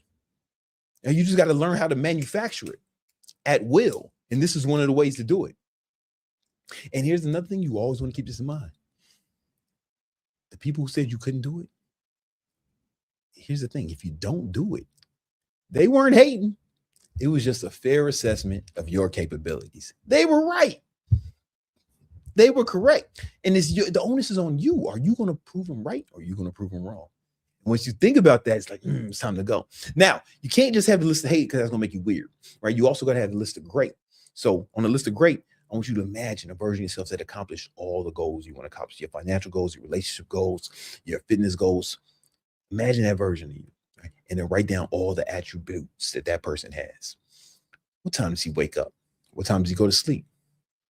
Does he give into temptation? Is he out here doing recreational drugs? Right? Is he out here? Does he play video games all day? Right? Nah. Probably not, right? Does he work? How many hours a day does he work on his goals? Does he track his calories? Does he track his macros? Does he fucking skip workouts or is he consistent? Right? Make a list of that and look at that list every day as well. And once you start acting, every time you act in accordance with what's on that list of great, you're going to get a boost of adrenaline. You're going to get a boost of dopamine.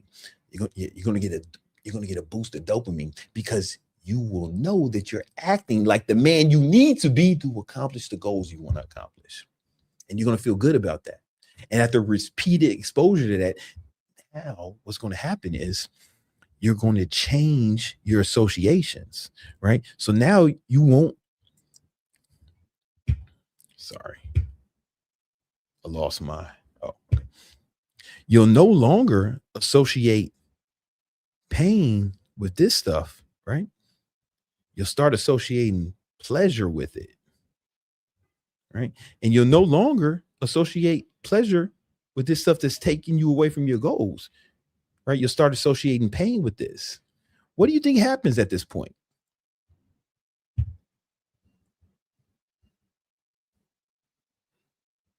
right? When you associate pleasure with these things and pain with these things, do you really need discipline anymore? Nah, you're going to want to do it. And here's how you know it's working. You'll know it's working when people start saying, oh man, you work too much. Oh man, you got to relax. Oh man, take it easy. You got to enjoy life. That's how you know it's working. Because what they won't understand is that recreation is not the only way to enjoy life. What they don't understand is that some of us enjoy life by pushing ourselves. Some of us enjoy life by trying to see how much we can. Some of us enjoy life by trying to see what we're made of. Some of us enjoy life by trying to see how much of our potential we can bring to the surface, right? And then once you get to that point, you won't need discipline, bro. Right? David Goggins jumping in that fucking race for no goddamn reason with broken legs was not discipline. He wanted to do that because he's associated pleasure with being a badass motherfucker. And he's associating pain with not being one. So now without trying, inadvertently, he does things that look like discipline to everyone else who has different associations. Right? Discipline is overrated. Discipline is hard work. Discipline makes things harder. And it's not fun. Once you change your association with pain and pleasure, guess what? You associate pleasure with the things you want. So it's fun. I have just as much fun working all day at my computer, fucking with spreadsheets or coding something up as you do on vacation. Sometimes more. Right. And the beauty of that is if you only enjoy life by recreation, if you only enjoy life by going out, partying, drinking, that's the only way you can enjoy life. Then you can only enjoy life sometimes. But if you can do this, what happens is now you can enjoy life every day. Right? You have to change your association with pain and pleasure. And once you do that, you will not need discipline. Or at least you won't need as much of it. Right? Right. Now, the next brutal truth is you got to track. Oh, sorry. I'm on the wrong page.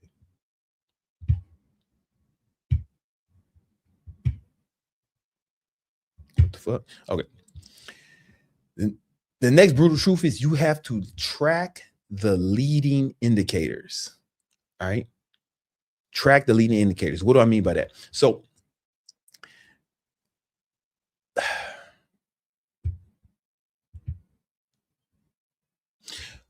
a lot of times you'll see people, a lot of times you can be demotivated when you set a goal and it's so far from where you are.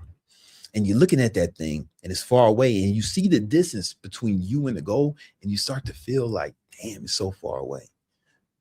I may never get there. And then maybe you start working on the goal for a little bit of time. And you're like, man, I still ain't even close, you know, and then you just give up, right?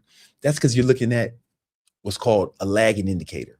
A lagging indicator is the accomplishment of the goal, right? It basically tells you what happened, right? When you see somebody winning a championship, holding a championship trophy above their head because they just won,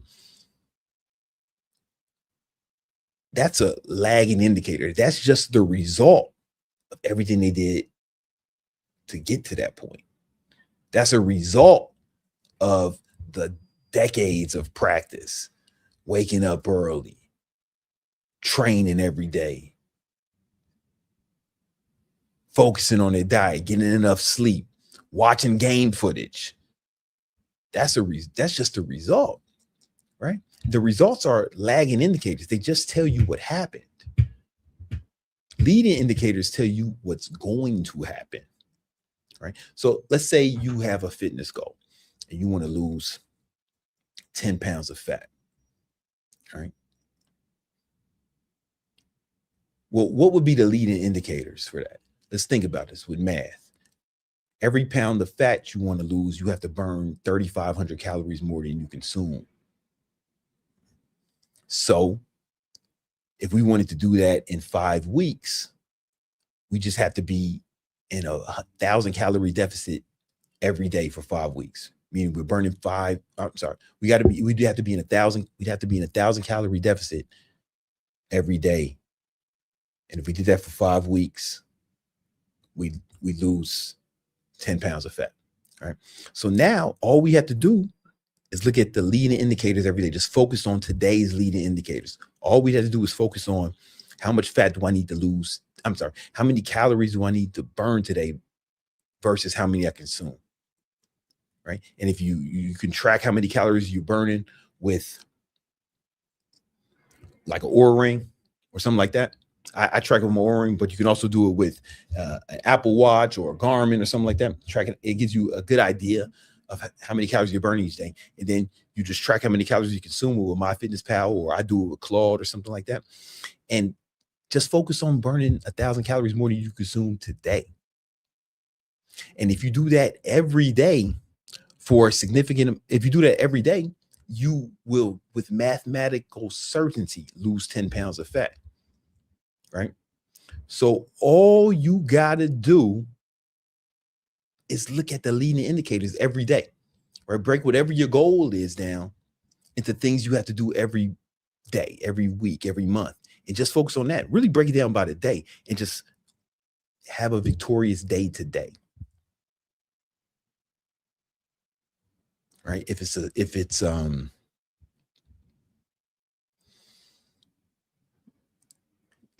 like you and let me give you an example. If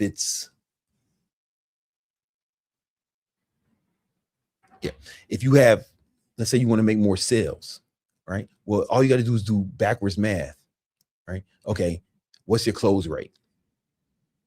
Let's say it's 50%, all right? Boom. All right, so how many calls you need at that current close rate, how many calls do you need every day to hit that goal? Boom. All right, you got to get you got to get X amount of calls. Then you see, okay, how many leads, what percentage of your leads book sales calls? Boom. And then you do the backwards math. And now you got the leading indicators. All you got to do is focus on getting a certain amount of leads each day. Right? You can do that with any goal and just make today a win. Just win today. And that makes it so much easier because now you don't have to look far into the future. You don't have to look at that goal. It may be super far away and it may look insurmountable. But if every day you just win today, every day, then you can be happy today, right? Because if you're just looking at the goal way far off, it's like, man, I won't be happy till I hit that goal. But nah, man, we can be happy today as long as we check off the leading indicators today and we track them. We'll hit the goal, right? This is super important, right? Because this is how you can stay. This will keep you more motivated. If you're just looking at the goal so far away, it's like, man, it's easy to get discouraged like that. It's super easy to get discouraged, right? You want to make sure you're on point with that. All right. Let me get to the next one. Hold up. This is right. This is taking longer than I thought. Number 4. Most people are trying to see how much they can get away with. Winners are trying to see how far they can push themselves. All right.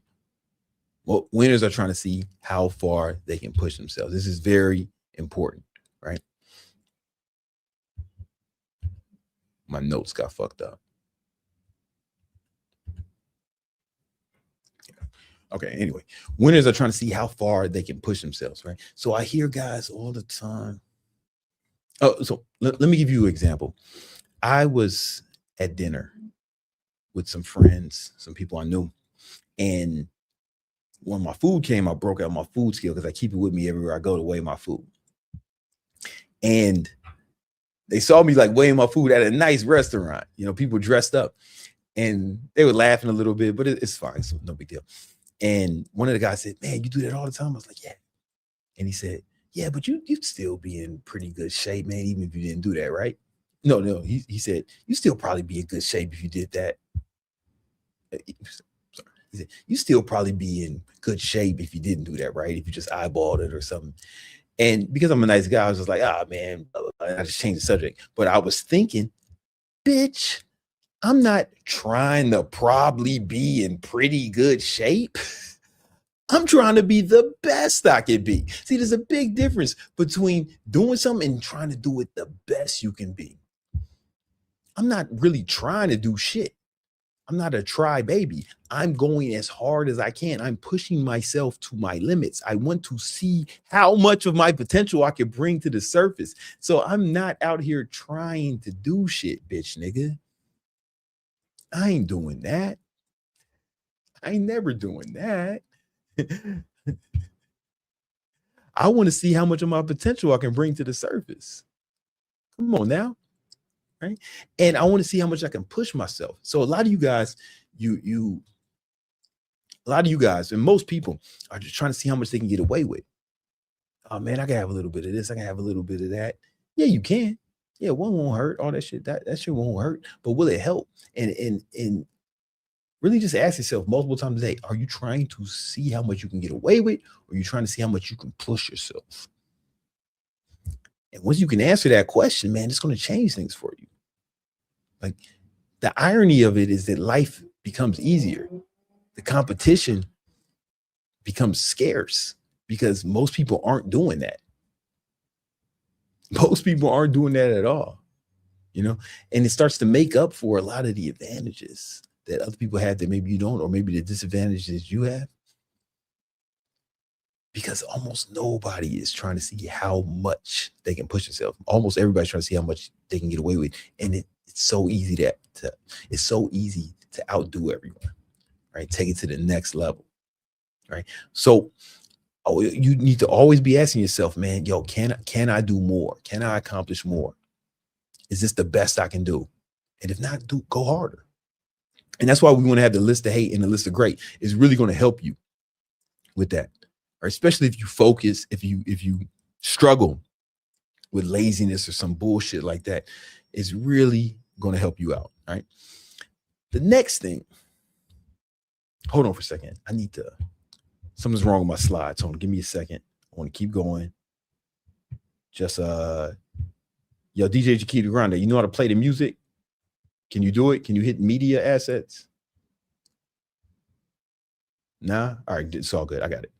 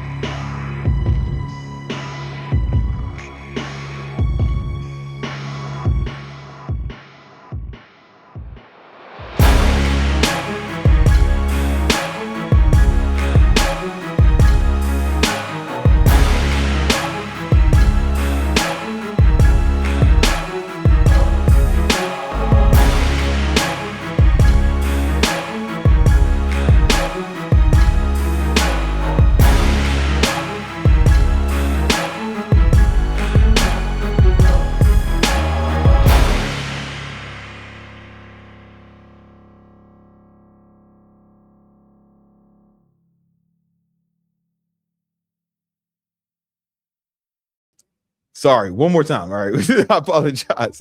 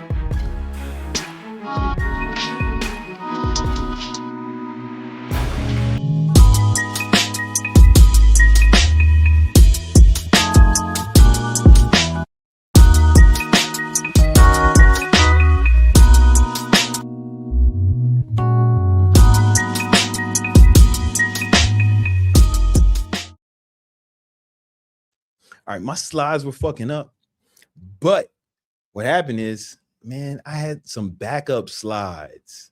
That's what I'm saying. Like, I didn't have one presentation.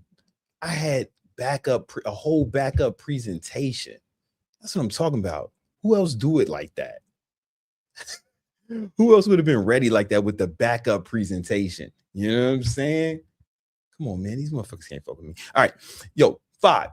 Speaking of which, you're probably not working as hard as you think, right? So a lot of people tell me they're working real hard. They're telling me they're grinding. But when I ask them how much they got done, typically it's like, I hear how much they got done. And it's like, oh man, that seemed like a few hours of work, not a whole day of work, you know? Or people tell me what they did in a week. I'm like, man, that's like less than a day of work, right? And I saw this firsthand. I remember when I was first like starting to make momentum with my business, and I had my first employee, and I had my first few employees, and we were all working remotely. And then once I got us all together for like a week, and we were all working outside of an Airbnb. I got an Airbnb source all the work at, right? And I made a big board each day, and we had a meeting. And I was like, all right, here's what we need to do each day. And I wrote down what each person is going to do each day, right? And I said, when you guys are done, go over here and check it off. And we were all working in the big living room space of this facility. And motherfuckers started checking off all the shit that they had to get done before noon. And one of the reasons they were doing that is because I had made the list based off what they normally accomplish in the day. But motherfuckers been bullshitting all day, right? They did that shit in noon once they saw me checking on them, right? Because you can't sit around and fuck around when the boss is right in the room, right? Motherfuckers won't push themselves like that, right? And one of the guys who was working with us, he was like, bro, I got more done today than I usually do in a week. And I was like, well, yeah, you had somebody looking over your shoulder all the time, you know? And I was in there setting the tone. I was moving super fast, getting shit done. I was checking shit off before everyone, you know? So they had me setting the tone, showing what's possible. And then it became a competition between who can get the most shit done per day, right? And at the end of the week, he was like, man, I feel like I got months worth of work done this week. All right. And we started to actually make it happen a lot faster. We started to move a lot faster. And then we had offices and we were working together. If y'all watch my old videos in New York, I had the whole team in there. Then after COVID, we weren't working together. But in order to manufacture some of this, we have different project management tools. So everybody has tasks and stuff that's going to be done with deadlines. And I can go in there and I can see when they're doing shit. And then my tasks and deadlines are in there too. And it gets moved around. Right? And this is something that in science they call the Hawthorne effect. Right. So the Hawthorne effect is from a study back in the day during the Industrial Revolution.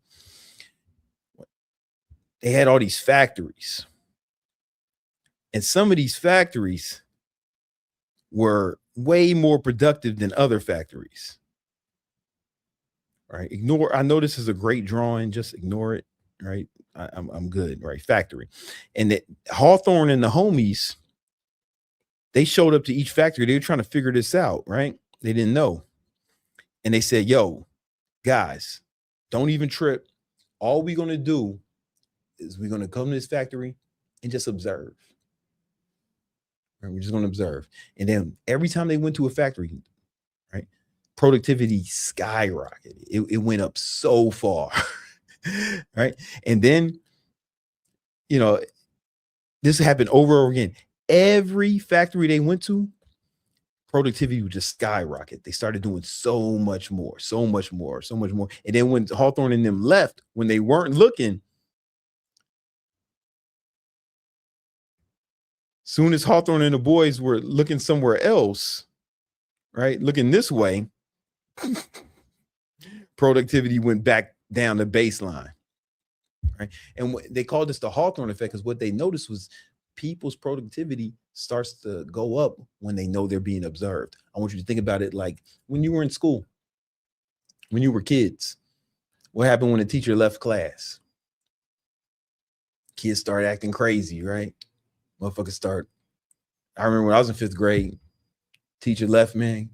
Guys start shooting dice, rolling blunts, bitches is twerking and shit. It was crazy, right? I don't know what it was like where you grew up. But as soon as the teacher came back in, it's back to normal, right? That's because people's performance raise when they know they're being observed, right? So you're probably not working hard enough if you're just by yourself and nobody's watching you and nobody's keeping you accountable, right?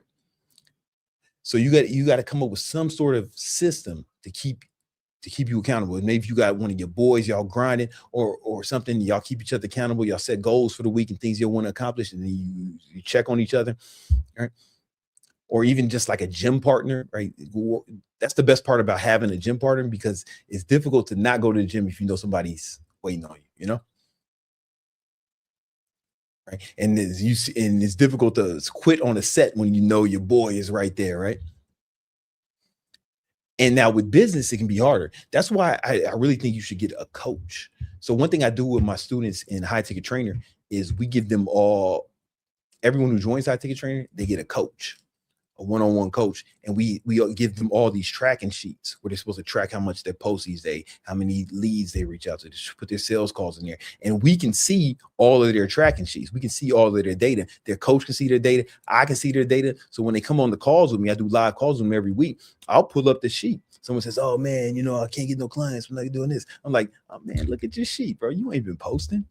Right. Then next week they come back on. Oh man, I got some clients, man. I've been posting. I was doing the outreach. I'm doing all the stuff you taught me. It's funny how that works. And then you start doing it. You start actually doing this stuff. You start making money. But they weren't doing it until they saw it was difficult for them to do it until they realized they were being observed. You know what I'm saying? And then once that happens, they start getting results like this. I made 9K in 28 days. Your first 28 days in the program? Come on, Yes. right out the gate. Let's go. Is that the most money you've ever made from your fitness business? Yes. Let's give Alejandra a round of applause. They start getting results like this. Last week I hit 10. 10 what, Justin? 10,000. I made 10,000 last week. Last month I brought in 34. Come on, man. You made $10,000 last week. Come on, Justin, man. We proud of you, man. Let's keep that momentum going. They start getting results. It's a good week. So $3,300 coming in this week. I have $997. I had 50% off monthly coming from my challenge. And then I started another challenge this month that got me another $2,100. So you did how much last week? $3,300. $3,300. What did you do for the total of last month? Last month was 10K for the first month. That's what's up. It's first month in the program. Yeah, and I just finished week 6 and I'm about almost at 1,800. So I'm on pace to hit 10K again the second month. Come on, man. Let's go. A big part of that is the accountability to get. Everyone gets a one-on-one coach. I have other coaches that work with us to help students succeed. And I look at everyone's tracking sheets and I talk to my students every week, right? I look at their posts. I look at their page. I make sure they're doing everything they need to do to accomplish their goals. I watch their sales calls, right? That's what really helps. Hey, if you guys are interested in learning how to grow your online fitness business, I have a free tool that'll show you exactly what you need to do to become an online trainer. So what you do is you answer these 9 questions. One of them is you set your goal, how much money you want to make per month. It's almost like a quiz, right? You set your goal of how much money you want to make per month. You say where you're at right now, right? You tell the AI where you're at right now, and it's trained off my over a decade of actually helping other people grow their online fitness businesses, and my experience is building a multi-7-figure online fitness business. And it's going to take about 4 minutes, and it's going to spit out exactly a game plan for you, everything you need to do to hit your goal, what it's going to take for you to hit whatever goal you set, and it's going to tell you how long it's going to take you to go from where you are to where you're going to be. I want you to think of it like a GPS, right? We know where you're going to find out where you are, where you want to go, and it will give you the quickest route to get there. It's 100% free. The link is in the description. All right. Now, what slide deck am I on? Okay. Okay. Now, the next truth I wish I knew in my 20s is that, sleep is part of the work, right?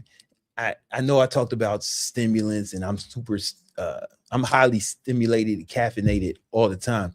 But if I didn't get enough sleep, none of this would work. In fact, initially I tried to outrun sleep. I was like, man, what if I don't have to sleep? What if I can just stay up and just work harder? Because I was so motivated to be successful.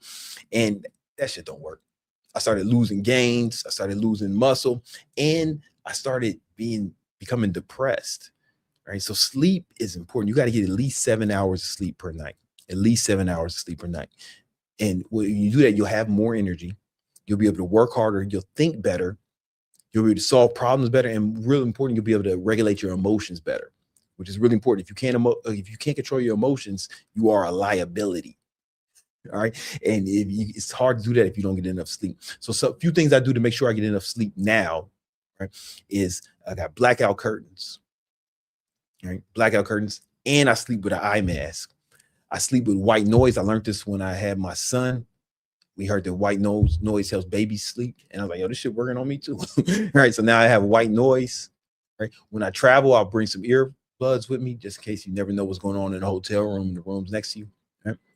And I also, cheat code, I had this thing called a chili pad, and they don't pay me to say this, right?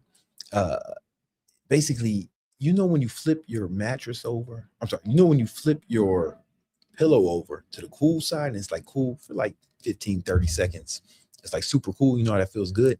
Well, the chili pad runs like cold water underneath your on top of your mattress, right?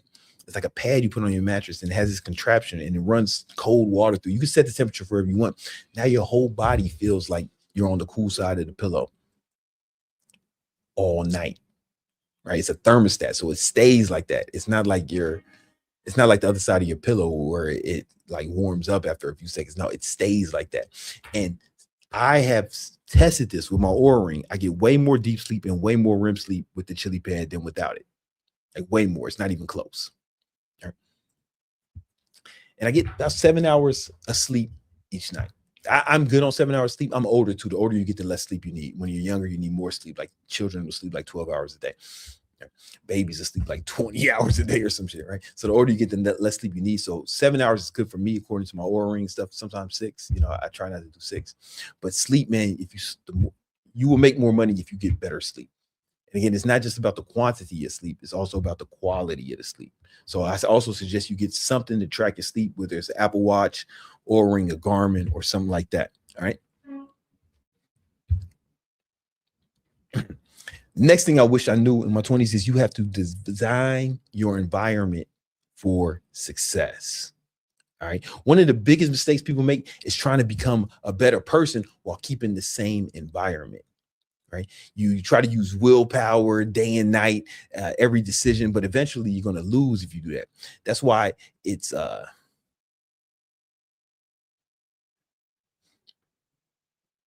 hard to make the right decision when you're surrounded by the wrong decisions, right? So one thing I do to set up my environment is I use this principle of friction. So the things that I want to do more of, I set up my environment so there's less friction. For example, this studio is always set up. The lights are always on. The camera is mounted to the wall. It's not going to leave. The monitors and shit is always ready for me to just turn on a video and get it cracking. All right. We're always ready. All right. And I learned this early in my career that if I had to set up lights and camera, that's friction, and I'm less likely to do it. Right. Or example, when I wake up in the morning, I set my alarm. My pre-workout is made for me the night before. My workout clothes is set out. Or if I'm going to get straight to work, my work area is ready. I drink the pre-workout, I get right to work as soon as I wake up. Zero friction. Right. You got to set your environment up to win. And the things you want to do less of, you got to create more friction. And what I mean by that is when I used to eat carbs and I used to eat junk food or eat like a child, like you motherfuckers eat now, one of my favorite foods was ice cream. Like I could eat the whole Haagen-Dazs in like one sitting, you know? So guess what? There's no ice cream here. You know what I mean? Like, there's no temptation. You know, now I can get some if I want to. I can go on Uber Eats, have some dude named Julio come bring the shit, you know, or I can go outside to the store, right? But that's more friction. So it's easier to say no to things when there's more friction, right? So what you need to do is anything you want to abstain from, you need to put up friction in between you and that thing. And anything you want to do more of, you have to decrease the friction. Right. And that's how you set up your environment to win. That's how you set up yourself to be successful. You got to utilize strategic friction. This is very important. Yo, hold up. Yo, DJ Chiquita Grande. This is going to go longer. All right. If you need to do something, I got it. I understand. Yeah. Like I didn't expect this to go long and you ain't signed up for all this shit. So it's all, I know you might have shit to do and we got a flight in the morning. So if you need to, I understand. I got it. You know what I'm saying? If you need to do something, all right. I don't want you to feel pressure or resentment for having to stay. All right. So you on your own, because I gotta do laundry and pack for us. Yeah, I got it. I'm straight. All right, cool. We're gonna keep the party going, guys, because this is gonna be a good video. All right, god damn it. All right. All right, let's keep going. Let's keep going. All right. The next thing is important. The next brutal truth is you got to learn to control your own emotional state, right? So people think your emotions just happen to them. They wake up in a good mood or in a bad mood, or someone cuts them off in traffic and then they get all mad or they get all pissed off, or their flight's delayed and they have a fucking fit like a child. And, you know, here's the thing. Your emotions, the decisions you make are based off the emotions you feel at the time you make that decision, right? If you're like super angry and someone says the wrong thing to you, you might black out on them, right? But if you were in a positive emotional state and somebody said the same thing, you might just laugh it off, right? The decisions people make are based off the emotions they feel at the time they make the decision. So because your decisions are so heavily influenced by your emotions, it's super important that you learn to control your emotions, right? Otherwise, all types of shit can happen. Like if you're super horny or something one day and a fucking 5 or a 6 runs up to you, you might get her pregnant, right? Because the decisions you make are based off the emotions you feel when you make the decisions, right? So there's 3 ways to control your emotions and manipulate them at any point in your life. And this is very important. You got to learn how to control your emotions. All right. So if we were to look at this, right? 3 ways to control your emotions. Right. So number 1 is your body, right? The way you move your body can influence the way you move your body can influence your emotions. For example, if you were to just smile as hard as you could right now, or start laughing, even if you don't mean it, you would notice a state change after a while. If you did it for like 2 minutes, like you would notice a state change, right? If you're sitting all sad, you know, like this, right? If you do this for a long enough time, start sitting like a bitch, you're gonna feel a state change, right? But if you start standing triumphant, start talking like a motherfucker who's confident, right? You'll start to feel those emotions, Right? This is very important. So one of the things that I influence, one of the ways I implemented this is when I had the old office, when I had the staff working all together before COVID. Sometimes I would be in the office. I was like, I don't like the energy in here. Like y'all emotional states are off. I said, everybody stop, let's go. And there was a trampoline. Everybody got to get on trampoline. 30 seconds. I need and yo, so they would reluctantly do it.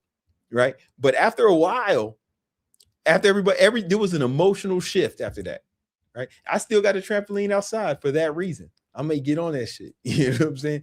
And start moving my body differently. Right. The way your motion creates emotion is very important. All right.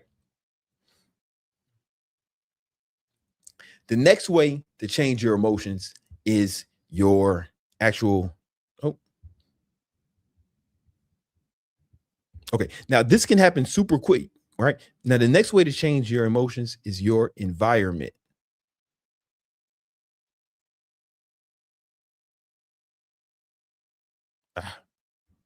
Sorry.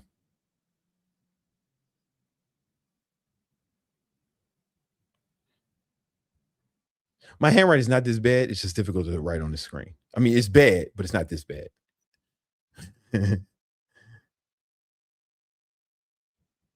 Right? It's your environment. So when I say your environment, it's both your actual physical environment and the people around you. So let's focus on the physical environment first. Sometimes when I'm not in the best mood, I just go take a walk out here on the ocean. Then land the ocean, I start feeling better. You know what I'm saying? I start feeling better. It's like just changing the scenery. You know, I might see a happy dog might come up to me, want me to pet it. You know, I might see some children playing, or, you know, I might run into a fan who wants a picture, right? Just changing my environment changes my mood. And it happens to you too, right? You ever walk in a place and you just feel, it just feels off, man, the energy. That's real shit. Like one thing my girl does, if she's not in a good mood, she'll go to a church. There's a church not far from here, right? And she'll go to the church and she'll do her thing up in there, and then she'll come back feeling better, right? Your environment plays a huge role in your emotions, your physical environment. You ever cleaned up your room and you just feel better? Yeah, man, that's your environment. Now, another thing you can do, another part of environment is your physical. Another part of your environment is the people you're around. Like, you ever been in a room and everything's good with some people, and then somebody comes in all fucking mad and pissed off and angry, and you see how it changes everyone's state in the room. Everyone's state changes, right? Because emotions are contagious, right? You might see it in the opposite way too, right? Maybe like a happy baby or a friendly dog runs in the room and starts jumping on people's laps, right? Or a baby comes in the room laughing, you see the whole room kind of light up, right? Emotions are contagious. So you really have to cultivate your circle, right? I don't like being around people who are like sour all the time. Like I refuse to do it. I won't spend time with people who are complaining or talking about how bad things are and all this shit. Fuck that. Life's too short for that shit, man. And it's going to affect my mood. I don't want it. Now, you can exclude yourself from those people, but the next level is understanding that because emotions are contagious, what if you took it upon yourself to influence everyone's emotions around you? So because I know that I can change other people's states and they can change mine too, I say, you know what? I'm the head of state. I'm in charge of the state everywhere I go. So everywhere I go, I'm seeing people like, yo, what's going on, man? Like, hey, what's up? My job mentally is to uplift the state of everyone I interact with. And I'm talking about the fucking doormen, the people at the valet, janitors, you know what I'm saying? The motherfucker, when you go to a restaurant, the motherfucker doing the soap, everyone. I want to influence everyone's energy positively. I want to, and I make a game out of it. It's like TSA, motherfucker at TSA, the bitch at CVS, everyone. My job is to actually have a positive impact on this state, and I make a game out of it. It's like, can I actually see a physical state change in this person based off my behavior? And you definitely can, almost all the time. Right. And here's the thing. I don't do that just because I'm a nice guy. It's one, because I need to be in charge of the state, because I don't want their bullshit state infecting me.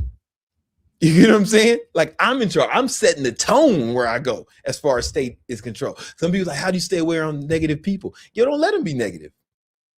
Right? If I see somebody and I know he's on some negative shit, a lot of the time, if I have to interact with him, like as soon as I say, hey, yo, what's going on, man? What's up, man? Yo, you looking thin, man. You lost weight, man. Yo, where you get them shoes from? Right? I won't lie, but I'll figure out a reason to compliment him and raise his state. Because he can be a fucking bitch, complaining crybaby on his own time, not around me.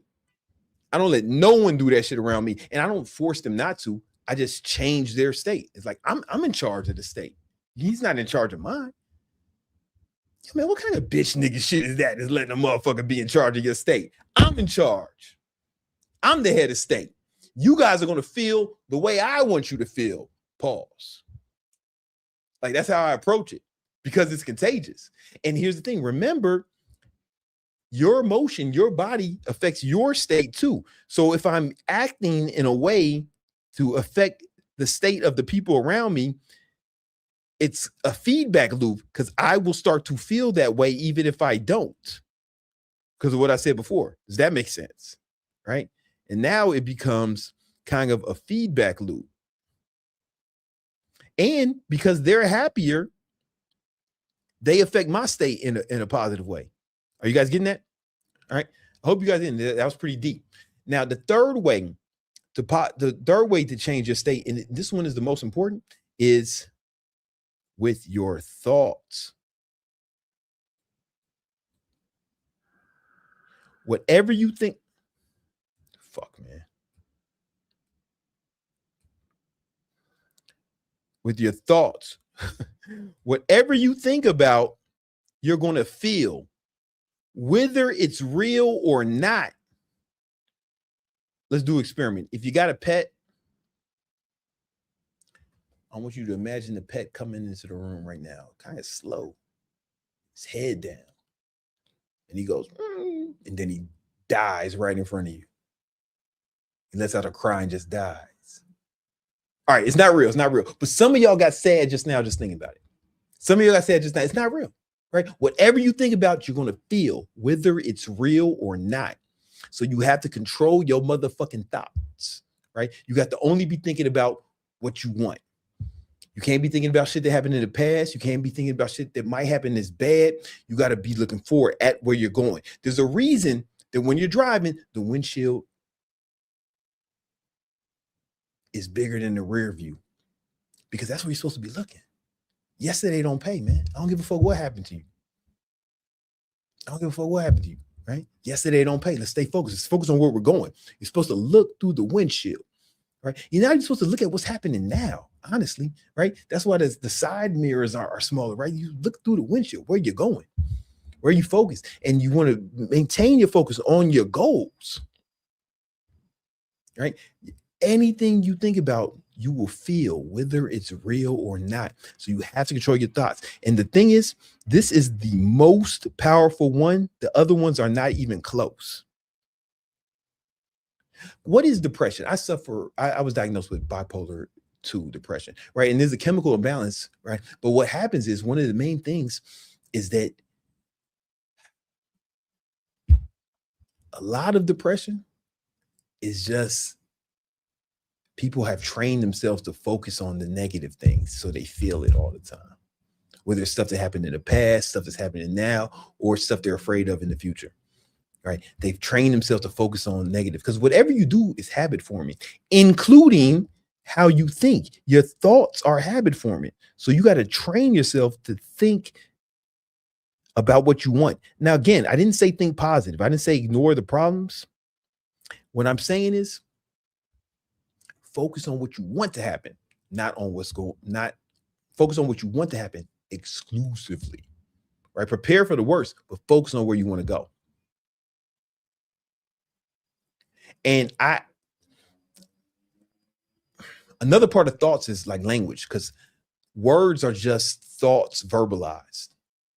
You know what I'm saying? Words are just your thoughts verbalized. So you have to focus on your language too. So I don't say shit like, oh man, I'm sleepy. I say, if I need to stay up, I say, man, I just need more energy. You know what I'm saying? I don't say shit like, man, I ain't got enough money. I say, yo, I got to figure out how to get more money. Right? Because both things are true, right? Both of those things are true. One feels way different, doesn't it? One is focused on where you want to go, what you want to happen, positive outcomes. The other one is focusing on a negative. Who would you bet on? The guy who says, man, I ain't got no money. Man, I ain't got no money. Man, I'm broke. Or the guy who says, in the same situation, who says, man, I got to get more money. I need to figure out how to get more money. I need to make this shit happen. I need to grow. Like, who are you going to focus? They're in the same situation, but the language is different, right? And the language is different because the thoughts are different. Words are just thoughts verbalized, right? So watch how you speak as well. And again, I'm not saying be positive. I'm not saying pretend shit ain't happen. I'm not saying pretend you don't have problems. I'm saying focus on the solutions. Right? You're not sick. It's like, man, I gotta get my body right. I gotta start feeling better. Right? You're not, oh man, I'm fat. It's like, yo, man, I'm working on losing this weight. You know what I'm saying? Oh man, I ain't got a big enough following. Yo, I'm working on growing my following. Right? Focus on where you want to go. Where you want to go. The windshield is bigger than the fucking rear view for a reason, because that's what you're supposed to look through. That's what you're supposed to be looking at. Right? This shit is critical. This shit is critical. Right? Now, number 9 is, man, you gotta get a mentor. Right? So it's very difficult to succeed without a mentor. All right. So I want you to think about Star Wars. This is a movie about intergalactic space combat. And in the movie, the main character, Luke Skywalker, he got to save the universe. He's nice with the space magic. He's pretty good at space magic, right? And space magic is like the most powerful force in this universe, right? He's pretty good at space magic, but he ain't really nice with it yet. He's got a lot of potential. So he gets what? A mentor, Obi-Wan Kenobi. Obi-Wan Kenobi, he is space magic master, a Jedi is what they call it. And he brings Luke under his wing. He's like, all right, Luke, I'm gonna show you how to fuck with the space magic, right? And then Luke is getting better, but he's like, Obi-Wan's like, yo, we need you to be the best. So I'm gonna send you to my mentor, Yoda. Yoda was a green space alien, man. He lived in the swamp. All right. Obi sends Luke to kick it with the green space alien Yoda, who was Obi's mentor, right? And they start training in the swamp, learning the space magic. Yoda teaches him how to use the space magic. He doesn't get nice with it. We don't know how long he was there, but he was there for mad long, right? Because he had a mentor, he got super good, super fast, right? Because he had a mentor, he got really good, really fast. Faster than he was getting on his own. Then he goes off, saves the universe, kills his dad, hooks up with his sister, saves the universe. I think that's how it went. I ain't see it because I'm not a dork. But I think that's how it went. But one thing I do know for a fact, that even in the movie about green aliens teaching motherfucking space magic in the swamp, in this kind of fantasy land, they thought it would be too unrealistic for Luke to learn to be the best space magic practitioner without a mentor, right? We can do the green aliens. All right. We can do the space magic. All right. But we can't have this motherfucker learn to get nice without a mentor. That's too far. That's unrealistic. Right? Now you see it in real life too, right? You see it in real life too. So Michael Jordan, the GOAT to me, right? I'm from Chicago. I grew up in Chicago in the 90s. So whatever. You think LeBron's the GOAT, that's fine, right? But Michael Jordan, he kept getting beat in the playoffs by the Detroit Pistons. He hadn't won a championship. He kept getting beat by the Detroit Pistons. They played a real rough style of basketball. They were called the bad boy Pistons because they was like, motherfuckers were fouled out. They was playing like a real physical kind of basketball. And Mike realized he wasn't strong enough to beat them. Like physically, he wasn't strong enough. And he needed to get stronger, but he didn't know how. So what did he do? He went and got a mentor, a dude named Tim Grover, who was a strength and conditioning coach in Chicago. All right. He started training with Tim Grover.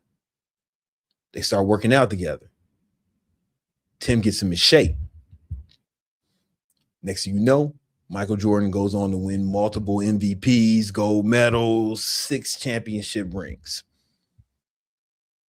He couldn't do it until he had a mentor. All right. Now, next guy, there's another guy, Kobe Bryant. Kobe Bryant, he kept losing in the playoffs. Michael Jordan was like Obi-Wan Kenobi to Kobe, right? He was Obi-Wan Kenobi. He was like the same kind of shit. And Kobe was asking Michael Jordan for advice. And Mike said, yo, you need to go see Tim Grover. Michael Jordan's Yoda. You get what I'm saying? So in this situation, Kobe Bryant's Luke Skywalker, Jordan's Obi-Wan, and Tim Grover's Yoda. So Mike says, yo, you need to go see Yoda, man. Go see Tim Grover. Kobe goes and trains with Tim Grover. You know how that story ends. 5 NBA championships, multiple gold medals, multiple MVPs, scoring titles, the whole shit. He didn't do it till he had a mentor. Now, I want you to think about this. These are 2 of the best basketball players, no athletes of all times, and they couldn't succeed without a mentor. How the fuck we gonna do it? Right? How the fuck we gonna do it? Right? So if you're really serious about accomplishing a goal, you got to get yourself a mentor. Because once you start getting mentors, things start moving fast.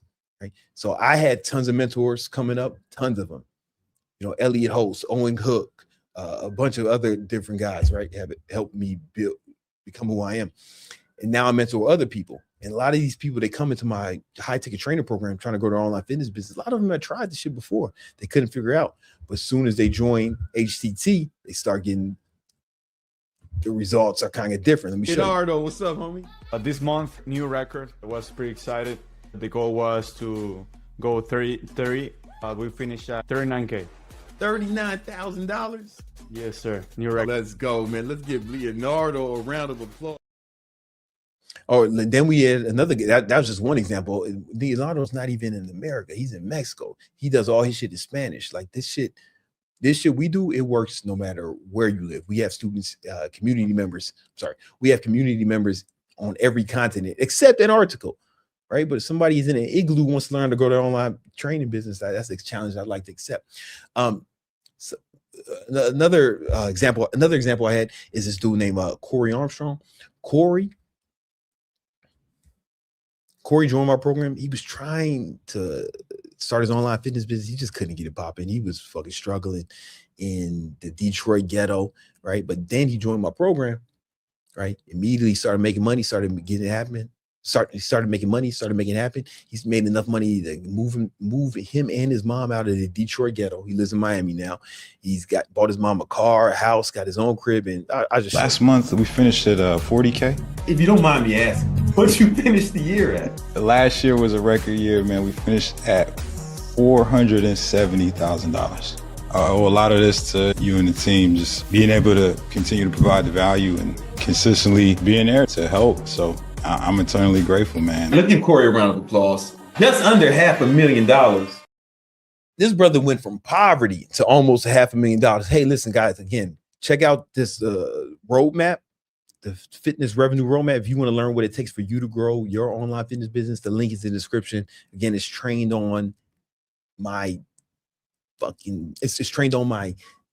over a decade of experience of teaching other people how to grow online fitness business. Like all my trainings were in here, all the one-on-ones I had with students, everything's in here. And it's basically going to show you, take you from where you are, ask you a few questions about where you are, what you want to accomplish. And it's going to give you the exact roadmap of how to get there and show you how long it's going to take. It's 100% free. The link is in the description. All right.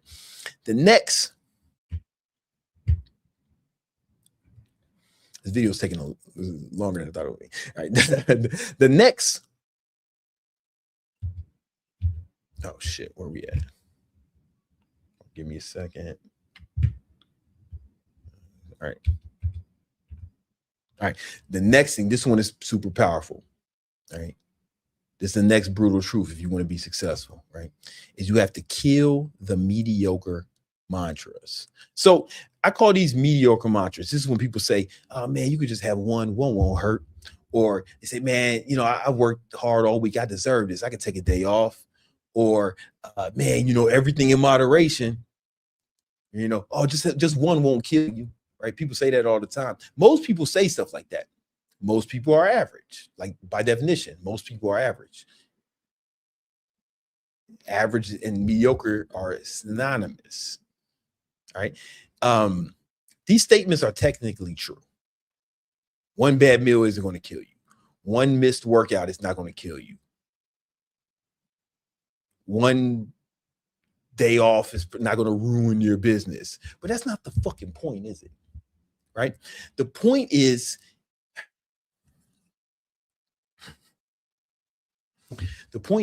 you're training yourself to be inconsistent. When you take off of your diet or you take off of work, you're training yourself to be inconsistent. And you're telling yourself that inconsistency is okay. I don't take days off.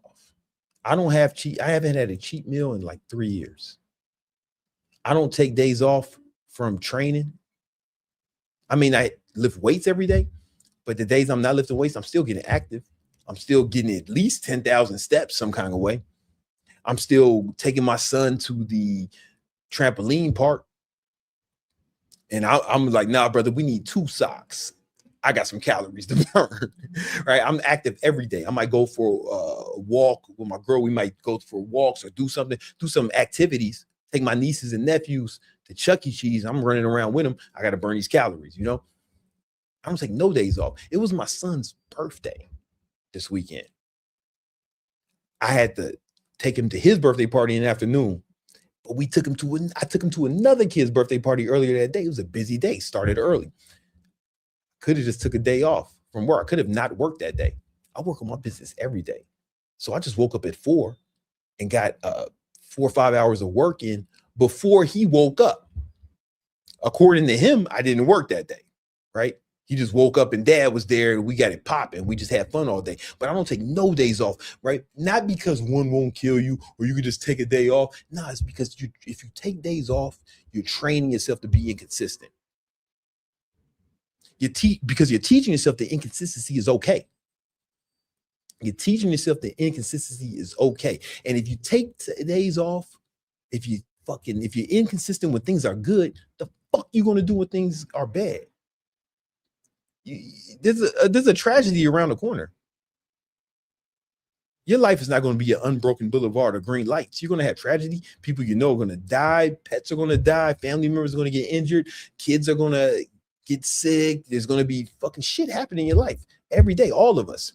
And if you can't stay consistent during the good times, what the fuck you think is going to happen during the bad times? I'm consistent all the time. All right? Like literally. For me to take a day off, someone has to die. And then it's just a day.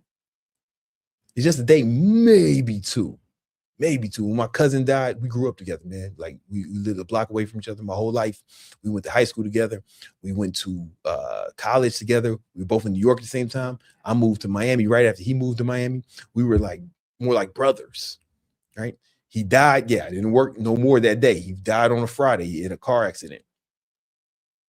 I was done working. You know, I was on my way into the gym. I didn't go to the gym that day. The next day, I went in the gym the next day. Like early, right before I went to handle stuff with the family, you know what I'm saying? But I was in the gym the next day. I mean, right when he died, I went down to where his kids and everything, and I got a hotel and I stayed right next to them for that whole weekend, right? To be there for the family and help everyone get it together. But I was in that hotel gym at 6 a.m. that day. For sure. You know, that was Saturday. Sunday, I was in the gym on Sunday. I didn't work on my business that weekend, but Monday I did the Fresh and Fit podcast that Monday, right? You know, it's like, I mean, I still handled everything and I was there for the family, but I didn't take no days off. That type of shit, if you're taking days off and fucking being inconsistent when things are good, the fuck you gonna do when there's a tragedy? You're gonna fall off for fucking weeks, for fucking months. And then once you fell off for that amount of time, motherfucker, you gonna have to start over. And starting is the hardest part. Starting over is the hardest part. I'm scared of that. I'm scared of having to start over. So I'd rather just stay consistent every day, even if it's just all I can do, even if I can't do a lot, I'm doing something because I don't want to start over. Starting is the hardest part. And you guys go through this charade where you start and stop, boom and bust. You've been doing it your whole life. And when you do that, you can't get no momentum. You can't get no momentum. So you don't never pick up speed and you never get to the where you want to be. Because you're always starting and stopping. For me, I'm never stopping. And the thing is, you gain momentum. You start moving faster the more you move. You start moving faster the more you move. So your success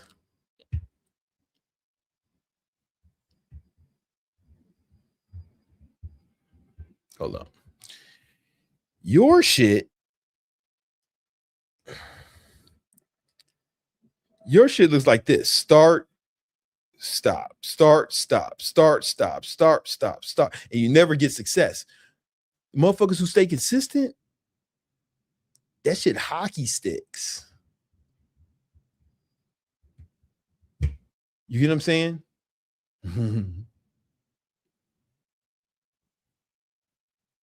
That shit starts to hockey stick because you pick up speed the more consistent you are. You never get out of this boom and bust. So you never really break out to the point where the success is fucking legible, where we can actually see your success. We just see this charade you go through, getting fat, losing weight, getting fat, losing weight, getting fat, losing weight, starting business, stopping business, stopping, starting, right? You never get out of there. Where us motherfuckers who are consistent, we hit the stratosphere. So yeah, one day won't hurt. One day won't kill you. One day it's not the end of the world. But it's the end. It's the end of you getting up here. It's the end of extreme success. You know what I'm saying? That's why it's like, fuck that shit, man. Fuck that shit. No, and it all starts with these mediocre mantras. Man, I can take one day off. Man, I can just have one. I can cheat on my diet today. Man, you know what I'm saying? You're teaching yourself to be inconsistent. And the thing is, if you struggle with consistency, just know it's because you accept inconsistency. Soon as you stop accepting inconsistency, being consistent becomes easy. But you have to really make that mental switch. It's like, no, this is what I do. I will not accept inconsistency anymore. I will be consistent every day, no matter what. Yeah, motherfuckers going to die. Yeah, there's going to be tragedy. Yeah, it's going to be shit I'm going to have to deal with. You know? You still got to stay consistent. Because here's the thing. Even though you had a tragedy, Verizon's still going to want you to pay that phone bill. Right? Your bank's still going to want that mortgage. Or your landlord still going to want that motherfucking rent. They don't give a fuck who died. They still going to want that shit. If you pay for your kid's school, they still gonna want that tuition. You can't go up to tuition. Yeah, you understand my uncle died, man. The dean gonna look at you and be like, motherfucker, I ain't telling him to smoke, man. We need that money. You know? You still got bills. The bills still do. So you gotta stay on point. But it's gonna be difficult to do that if you've been reciting these mediocre mantras to yourself, right? All right. The next thing you need to do is to learn to control your calendar. This is truth, man. Listen. If you don't control your calendar, you don't control life. Bruce Lee once said that if you love life, don't waste time because time is what life is made of. There are 168 hours in every week. Let's say you sleep 8 hours a night. That's 56 hours gone, right? You still got 112 hours left, right? Now, let's say you work a regular job. You got 40 hours left. I mean, let's say you work a regular job that's 40 hours a week. Matter of fact, let's do this with math. Let me show you this shit.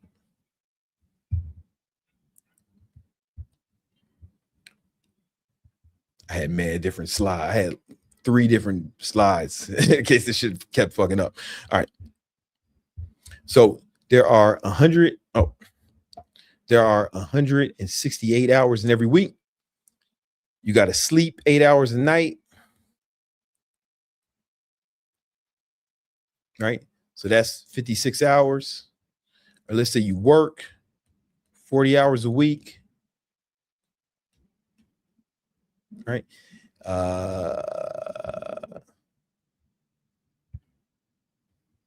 You work 40 hours a week, man, guess what?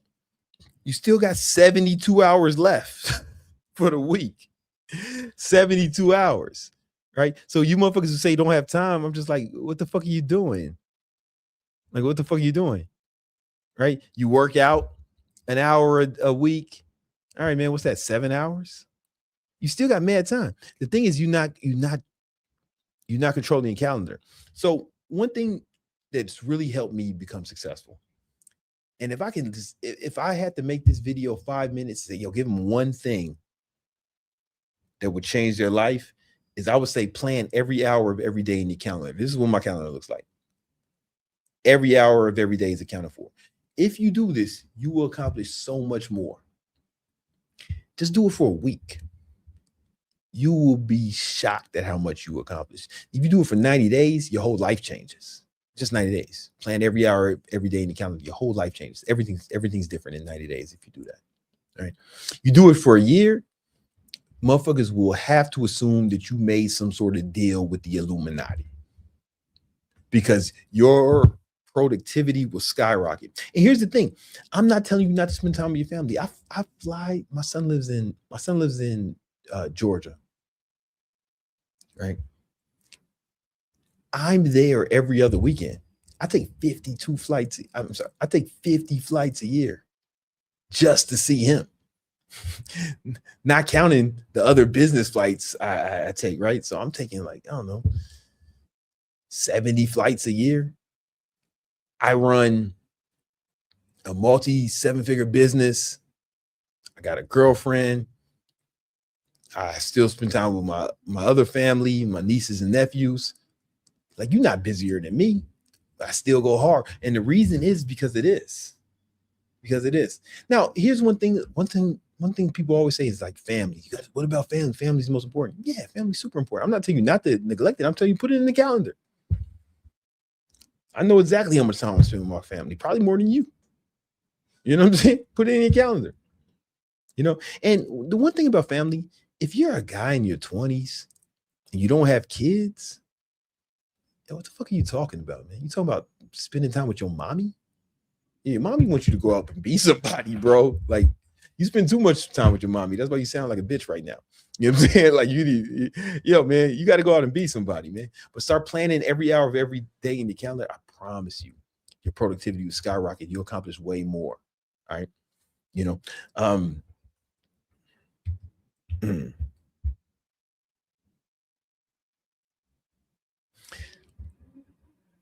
the next number 12, stop accepting inconsistency. I alluded to this earlier, but I'm going to approach it from a different angle right now.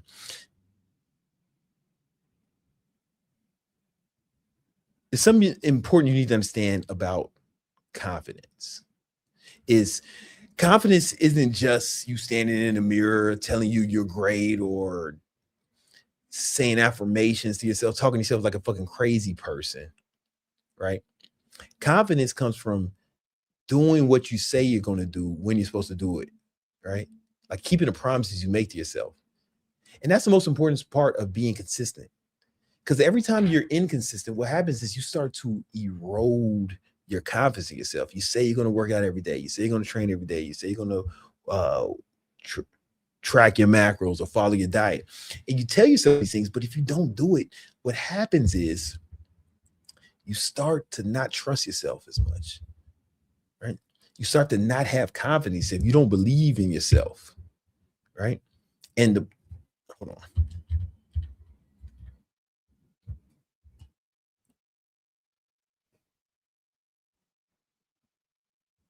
And that's where confidence comes from, right? Like if we were to look at the dictionary definition of confidence, bring that up. Confidence, there's a few different definitions, but self-confidence, trust in your own powers and abilities to handle challenges, right? Firm, or right here, confidence, a firm trust and ability, yeah, right? How could you have confidence in yourself if you're not keeping the promises you make to yourself? So unfortunately, a lot of times when you guys say, oh man, I don't have confidence, how to get confidence. If you're worried about confidence, I mean, if you're not confident, it's probably for a good reason. It's probably, you probably haven't given yourself a reason to be confident. And that stems from being inconsistent. Like your inconsistency is the root of your lack of confidence. If you were to be consistent and stop accepting inconsistency from yourself, then after a while, you'd be wildly confident. Hold on, man. I'm sorry. Where's my shit? Uh-oh. Oh, okay. Sorry. Hey, man, I'm riding solo right now. It's just me. Right. Yeah, if you were to actually do what you say you're supposed to do for a long enough period of time, you would have tons of confidence. Right. And the reason, so every time somebody says, man, I don't have confidence or I need to get more confident, how do I become confident? Give yourself a reason to be confident. And it comes from consistency. Inconsistency brings it. Lack of confidence comes from a lack of consistency. Right. Like imagine. And lack of consistency makes you like yourself less. So imagine somebody's telling you all the time, hey man, I'm gonna do this for you, I'm gonna do this for you, I'm gonna do this for you. And then they don't do it. After a while, man, are you gonna have confidence in that person? Are you even gonna like that person that much? Probably not. That person is you. You are him. Right? You gotta that's the problem with the mediocre mantras, or man, one day won't hurt, or I can take a day off, or all that shit, man. One won't kill you. It erodes your confidence, man. You stop believing in yourself, or at least you don't believe in yourself the way I believe in myself, because I stay consistent. You know what I'm saying? Like I don't fold. I don't care what's happening. I'm at my son's birthday party. Motherfuckers like, you want some cake? I'm like, no, man. Never. You can have just one. Yeah, you can. What's that going to do for your confidence, man? What's that going to do for your self-esteem? Right? You're teaching yourself the inconsistency is okay. I'm just telling you, it's super, super critical, right? Stop accepting inconsistency. You start raising your standards. I'm telling you. All right. Hold up, man. We got a super chat before I get to the next one. What up, homie? Alexander, what up, man? Yo, if somebody would just start from scratch in fitness field, like barely any followers, and just ready to get rejected and get better. Like, what should they do? Oh man, you can DM me on Instagram. You know what I'm saying? Like somebody can DM me or something. That's all I do is help people grow their online fitness business. That's all I do. This is a good place for them to start. Right, the RIP roadmap, and that's probably a good spot for them to start, right?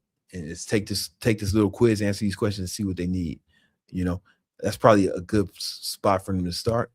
But yeah, man, I mean, the thing is, everyone starts from there. Like, I don't specialize in like taking trainers who are already established and making them a bunch of money. I've done it, right? But that's not my specialty. My specialty is taking people from 0 to 10K, 20K a month, right? That's what I specialize in, you know. What else you got me? Also, had to contribute to thought repellent. Hey, I appreciate that, brother. You know the vibes, man. Shout out to you. Let's get it. All right. All right, guys, let's get into the next one.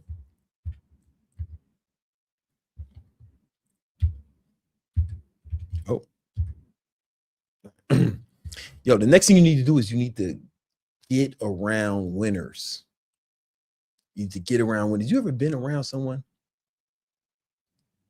and they're out here accomplishing shit and you feel like you can accomplish more? Yeah, man. It's kind of like we talked about it earlier. Emotions are contagious. That confidence this person has is contagious. Right? And when you start to be around winners, you start believing that winning is normal. right? If everybody around you just makes 50 grand a year, then making 100 grand will sound like crazy. It sounds like they're rich, right? If everybody around you makes $1 million a year, then 100 grand will feel like poverty. You get what I'm saying?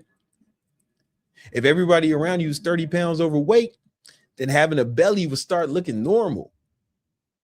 If everybody around you is shredded, then suddenly you'll start looking at yourself differently and in a good way, right? You know, you ever heard of the Miami effect? They say when people come to Miami, they start getting in shape, they start making more money. Because people got money around here, man. Yo, people got money around here. Even if you say there's motherfuckers renting cars and shit, yo, renting the Lambos, you ever seen how much that costs? And to do that for a mad day, that's expensive, right? But at the same time, about 12% of Miami's population is like legit millionaires on paper, according to IRS data. You know what I'm saying? Like, motherfuckers got money out here, man. There's big money out here too, you know? And it starts changing things, you know? Like me and my boy Jeremy, we go to the Heat game, we sit courtside most of the time, not every time. Sometimes it's like a bit much, right? But, you know, maybe like 10 times a year, we sit courtside at the Heat game. You know what I'm saying? Well, when you start being around that shit, it becomes normal and you start believing that you can do more. Sometimes you got to just be around people who are doing it, right? When you come to Miami, you immediately want to start working out more because the people are fit. We all outside. We all looking shredded. And you start getting in shape too. But if you live in the middle of fucking nowhere where motherfuckers ride around with tractors and shit, then it's like, you know, you won't have the same expectations of yourself because you're not comparing yourself to the people at the top. You know, I look out my window and I'll be thinking I'm doing good. And then I'll see one of the co-founders of Google, man, his yacht be out here and he'll fucking land his helicopter on his yacht. And I'll be like, oh shit, there's other levels. I got to step my game up, right? And sometimes just being around that will change your energy and make you believe things are possible. Sometimes you just need to be around people who are doing what you want to do. And sometimes that's all you need because once you can actually see it, it becomes real. I remember I got sent away to military school. I grew up on the south side of Chicago and I got in some trouble, you know, I had some trouble in school, no big deal, man. Just like, you know, fights, skipping school, shootouts, normal kid stuff. And I got sent away to military school. And my parents, I got sent away to military school and I was there on some sort of like kind of scholarship kind of thing. You know, I was like one of the only poor kids there. And my roommate, I didn't know he was rich until he said, hey, Carter, you can come to my house this weekend. And I was like, cool, man. The homie Corey Phillips, white dude. I went to his house, man. This motherfucker had a mansion. I didn't think these was real. I never saw a mansion in real life. It was just TV, like Fresh Prince of Bel-Air or something. This motherfucker had a mansion. This motherfucker had horses, bro. My nigga, yo, he had horses. And I was like, man, what does your dad do? He said, oh, man, he's a dentist. No, he was a doctor. He was a foot doctor. I was like, a foot doctor? That's it? He's like, yeah. And I was like, oh, shit. All right. Guess I'm going to go to college. Right? And honestly, it changed the way I thought. It became real just being around it. And it could be like that in your life. You need to do whatever you can to get around the winners, get around the people winning.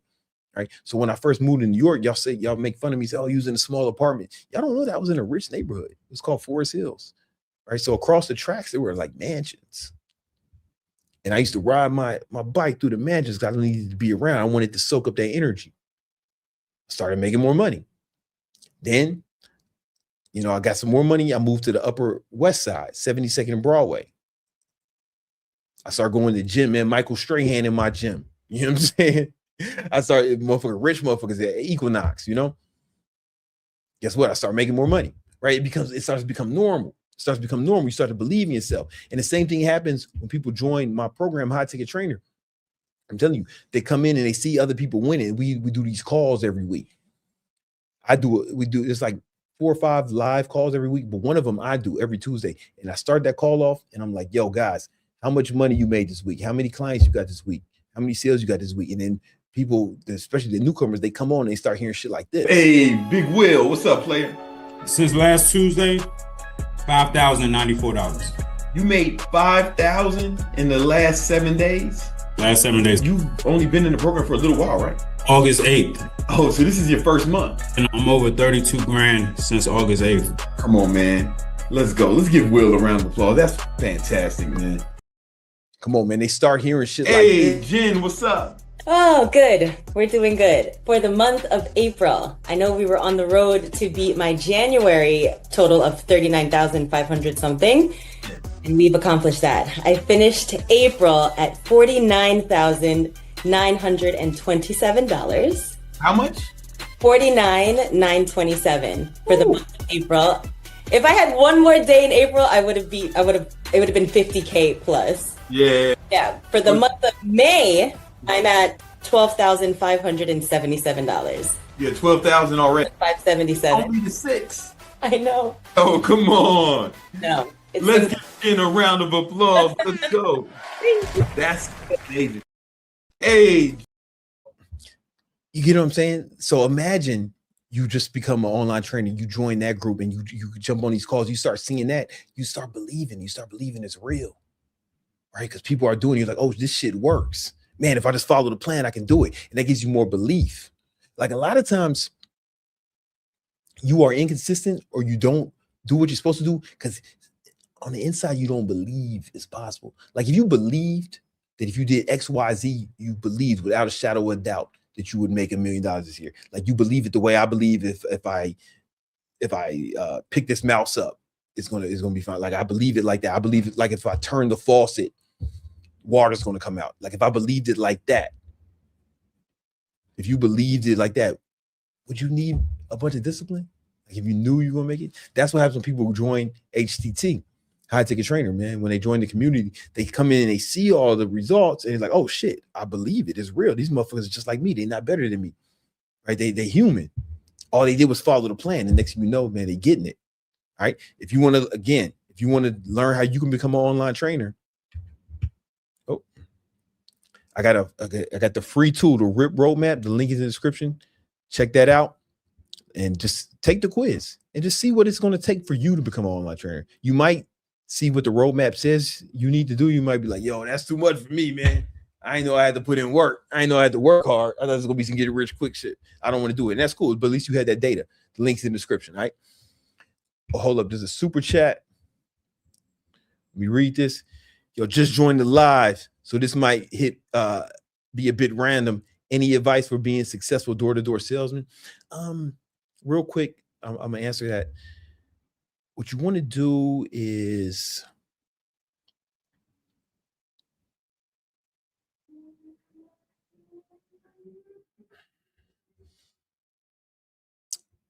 first of all, that's a tough, but anyway, here's what I want you to do is something called the total immersion strategy. And this is what I have my salesmen do. And every time I tell somebody to do this, like there's been a lot of salespeople came to me and they said they did this and they started their sales increased like dramatically. You want to get yourself 2 pair of headphones, all right, that you keep on you at all times. Well, one should be charging, or you're wearing another one, and one of them should be waterproof, right? Maybe, right? Because you can wear it in the shower. So anytime you're not on a sales call or talking to another person, you need to be listening to sales trainings. And I don't care who it is, right? Jeremy Minor, fucking Greg Cardone, anything, sales books, even listening to sales trainings all the time. Anytime you're not talking to another human or sleep. So when I was doing this shit, last time I did this shit, I went hard with it. I needed to make a lot of money kind of fast, right? Because I had some tax IRS problems. They needed a bunch of money quick. And so I was like, all right, I told my salespeople, I'm gonna book all the calls you can. Let's do this. Is like, I don't know, 8 years ago. And I did this. I went super hard with this. And as soon as I woke up, boom, sales trainings while I'm getting ready, while I'm in shower, while I'm shaving, while I'm on the way to the gym, at the gym, if I had to walk to CVS during my lunch, during lunch, if I wasn't talking to another human or on this, anytime I wasn't talking to another human, I was listening to sales trainings. And what happens is after you do that for a while, especially if you listen to the same ones over and over again, it starts to become like in you, not on you. It's like the game starts to slow down and you kind of like know it becomes like a scene in the Matrix. You'll feel it after a while where it's like you just start dodging the bullets and it's like you know exactly what to say. The game like slows down. That's the best way I can put it. Like you know exactly what's going to happen. So try that, man. Try the total emergent strategy for like 90 days. All right, let's get back into the lesson. Fuck, I need to speed this up.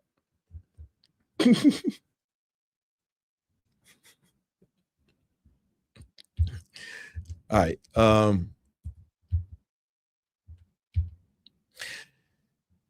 Number 14. You're going too easy on yourself, bro. Right? People love talking about being kind to yourself or giving yourself grace or no, don't be so hard on yourself. And yeah, sometimes that's good advice, but a lot of people don't have that problem. A lot of you have the problem of you're giving yourself grace for fucking 10 fucking years. You know what I'm saying? You've been way too easy on yourself. Yeah. So, and this is one of the reasons why you got struggle with inconsistency or just accomplishing goals in general. Because you're like, oh man, you know, I'll start again tomorrow. I'll do it today. Or, you know, man, I didn't go to the gym today, but I've been working out. It's almost like the mediocre mantras. But you say these things to make yourself feel better, right? Me, man, if I wake up after 6, I kind of fucking hate myself. You know what I'm saying? I don't miss days tracking my macros or working out, but if I did, I would fucking hate myself. I would beat myself up. If you talked to a child the way I would talk to myself, they would take that kid away from you. It'd be abuse, right? But because I don't make it easy on myself, I'm more likely to hit the goal. I'm more likely to do what I'm supposed to do because I know the pain that I'm going to inflict on myself, right? Be harder on yourself, man. Fucking yell at yourself. Honestly, man, because you guys, if you're easy on yourself, that becomes the path of least resistance. Remember what Freud said.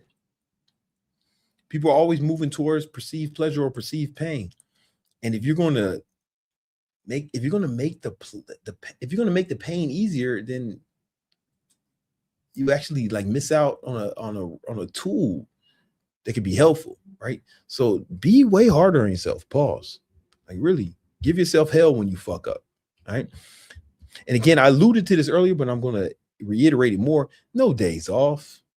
No days off. I don't take off from work. I don't take off from my diet. I don't take cheat days. I've had a cheat day in 3 years. I want to work on my business every day. Even my son's birthday. I'm not going to neglect him. I'm going to wake up early and do work before he wakes up. You know what I'm saying? Like, I don't take days off because you train yourself to be inconsistent. And really, what you're really training yourself to do is to raise your standards. So people don't rise to their ambitions, they fall to their standards.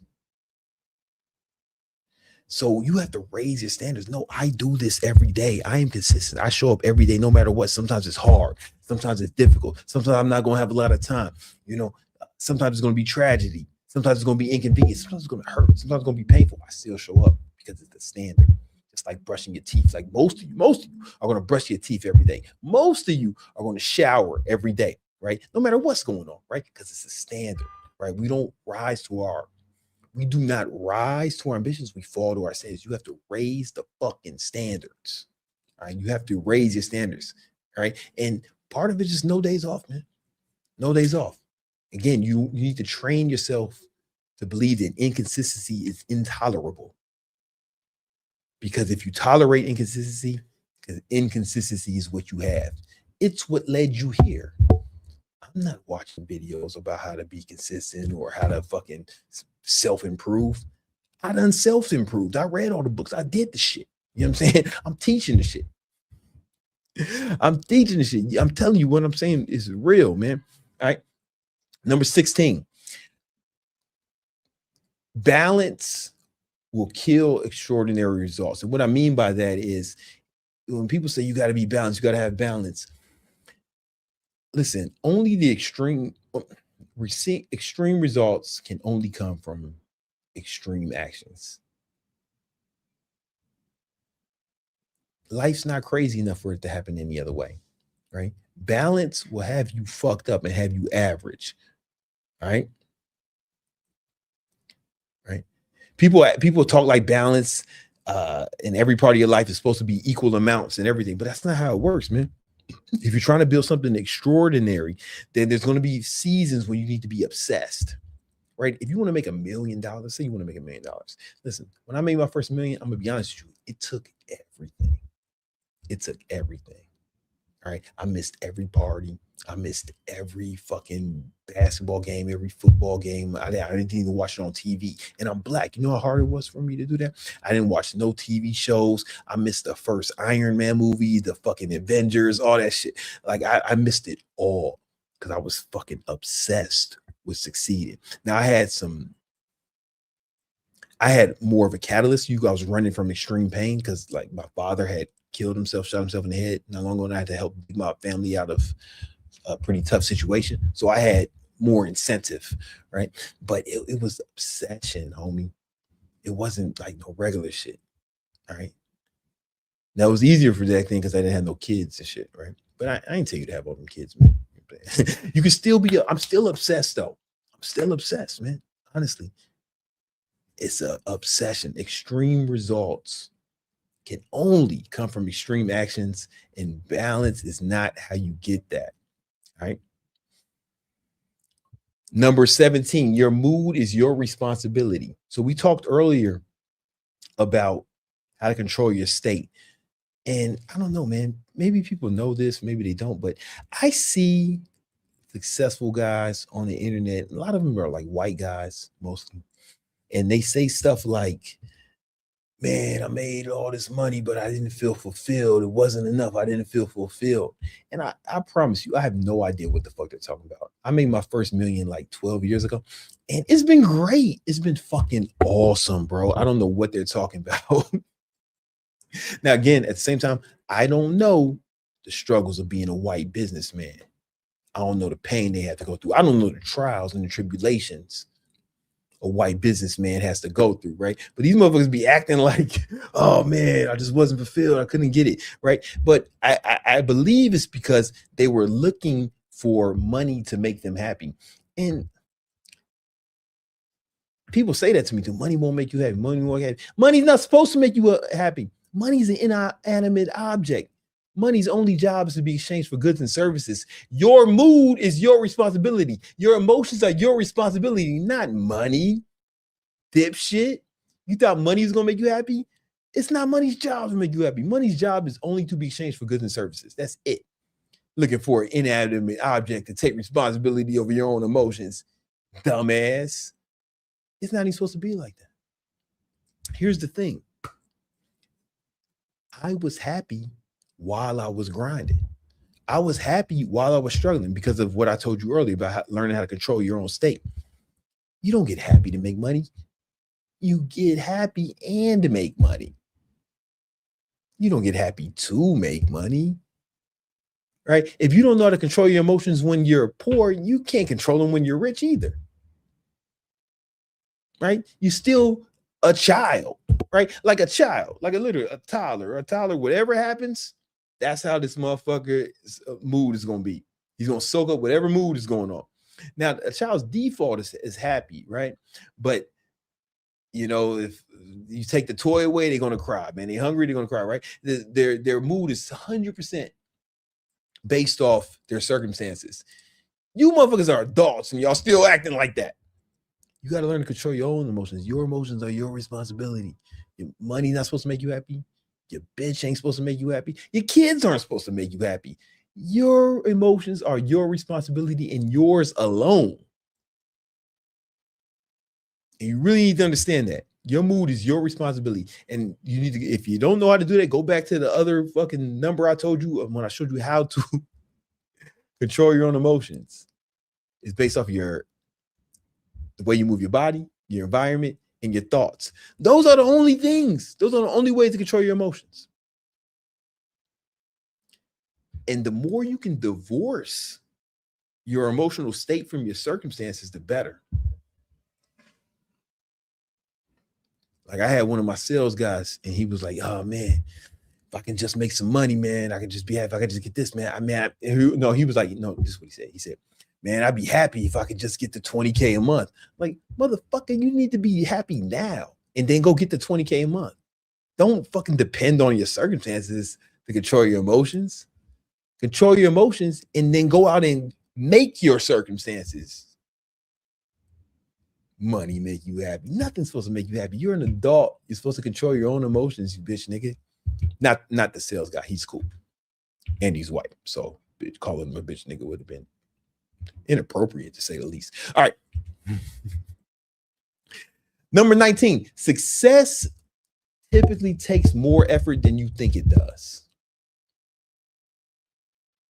And I wish somebody had expressed this earlier. Well, I kind of wish they did, but I'm kind of glad they didn't. Because if I knew what it took for me to make my first $1 million, I don't know if I would have went for it. If I knew now, well, I guess I would have went for it, but it might have been difficult. I don't know if I would have went if I knew how difficult it was going to be, right? But it takes more work, man, right? I'm just telling you, you're underestimating how many repetitions it takes, how many failures you have to go through, how many calls, right? How many videos you have to make, how many workouts you have to do, how many reps, you typically underestimate it, man.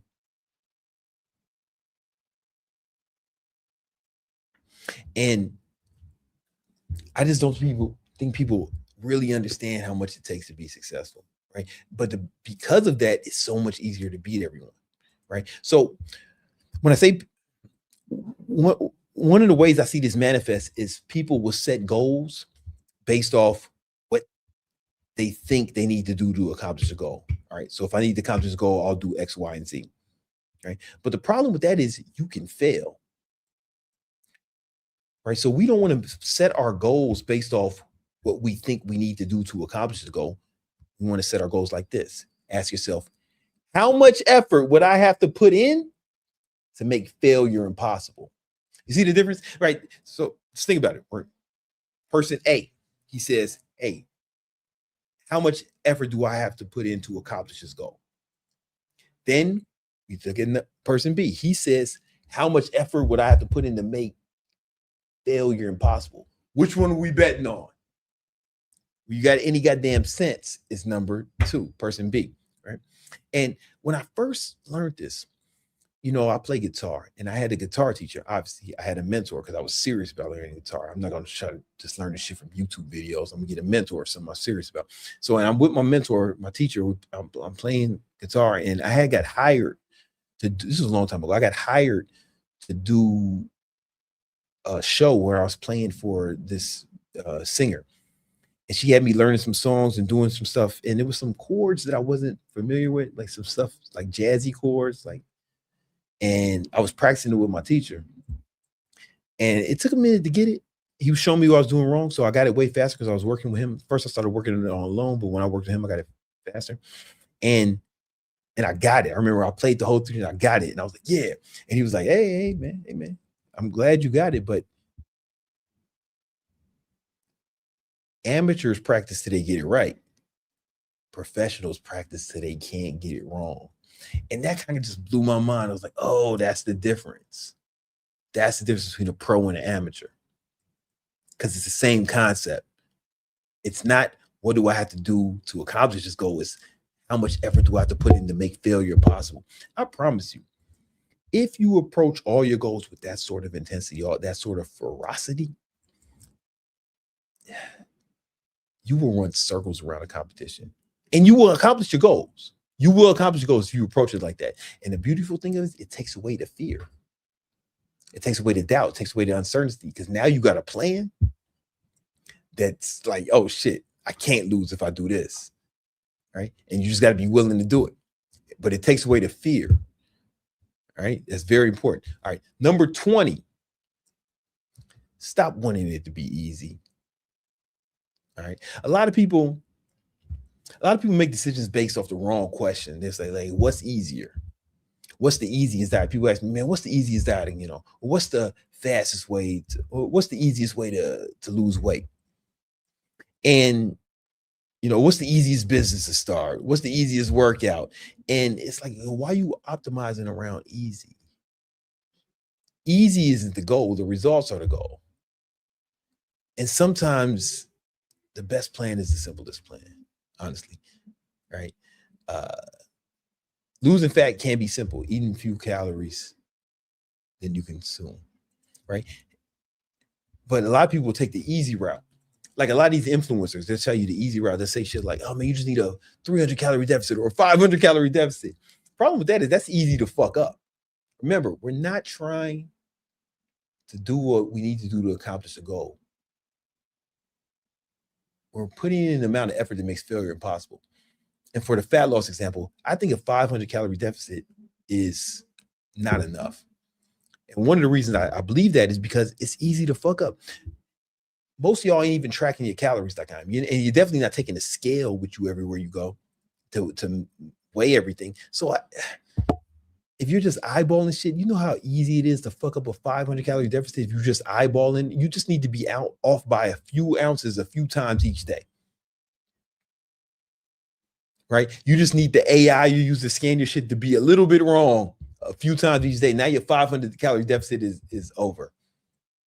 Right? Or even if you're weighing everything like me, the FDA allows food labels to be off by 20%.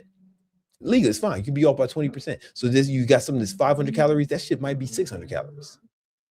Right? And all you need to do is have that happen a few times. Now your fucking deficit is fucked up. Right? And they base that because it's easy to calculate, 500 calorie deficit is not a lot. It's easy. Anyone can do it. I think if you're not doing 1,000 calorie deficit, you're not really trying. And it makes up for all the error that could happen, whether it's because you eyeballing shit wrong or, you went to Chipotle and you said you put it in right. Fucking that bitch wasn't measuring your shit with a measuring cup. She just scooping that shit and every scoop is a different size. Right? It makes up for shit like that. In Chipotle, they got Dominicans making Mexican food. That's going to fuck up the calorie ratio right there already. And but there's a lot of ways to fuck it up. And that's just one example for fitness, but it can happen like that in everything, man. It's like, if you stop wanting it to be easy though, if you kind of changing it to, man, I want it to be hard. Like when you come up against something and it's difficult or it looks real difficult, I want you to think, this is where I can separate myself from the regular motherfuckers. Because regular motherfuckers aren't ripped. The average regular motherfuckers aren't ripped or rich. The average American is 17 pounds overweight. The average American has less than $1,000 bank account. Fat losers, right? That's average. That's regular shit. And every time you have opportunity to separate yourself from them, you should get excited about it. That's difficult. Regular motherfuckers wouldn't do it. Let me do it fucking harder. Right? You need to get excited about that. Right? And once you stop wanting it to be easy, once you stop wishing it was easy, you start getting excited when it's hard, then things will change, right? Things will change, and then it won't take discipline. You'll be excited to do it, right? Number 21, you need accountability. You need accountability. You probably already know how to improve your life dramatically. You know you should sleep more. You know you should exercise more. You know you should stop eating garbage. You know you should work on that thing you've been saying you've been working on. You know you should stop wasting time each day. You know you should stop scrolling, right? It's, not more knowledge would help, but a lot of you guys are going to get more knowledge and still fuck up the same ways, right? Remember I told you about my team, right? The same people. Let me go back, right? All right. Remember I told you about my community, how I take a trainer, right? We take people who just never had a business before, no experience, weren't trainers, not certified, nothing. Motherfuckers had no followers, right? And sometimes, maybe week one of the live calls, they'll show up and they'll be like, oh man, I'm trying to do all this shit. I'm doing it. And then they'll see, I look at their tracking sheets. I can see what they did, I can look at their Instagram. Hey man, you ain't been posting, you ain't been doing shit, And then what happens is the next week they come back and they do it because they had accountability, man. Accountability is the great equalizer. It's probably the easiest way to change your life if you have someone keeping you accountable. So maybe you can set up some sort of accountability system with you and your friend, you set up, you plan out, maybe you and one of your boys, you plan out your goals, make a deadline for each step, when you're going to do it. Maybe put it in like a project management tool like Trello, ClickUp, or make a Notion board, and you guys both look at it, and you start keeping each other accountable and trying to see who can accomplish more faster. And you're gonna fucking I bet you each one of you will accomplish more in the next 90 days than you have in the last year. I bet you, because you finally got someone keeping you accountable, right? Or say you're gonna lose a certain amount of weight by a certain day, and then bet some money on it, put some money on it with some people, put some money on it. And maybe they don't pay you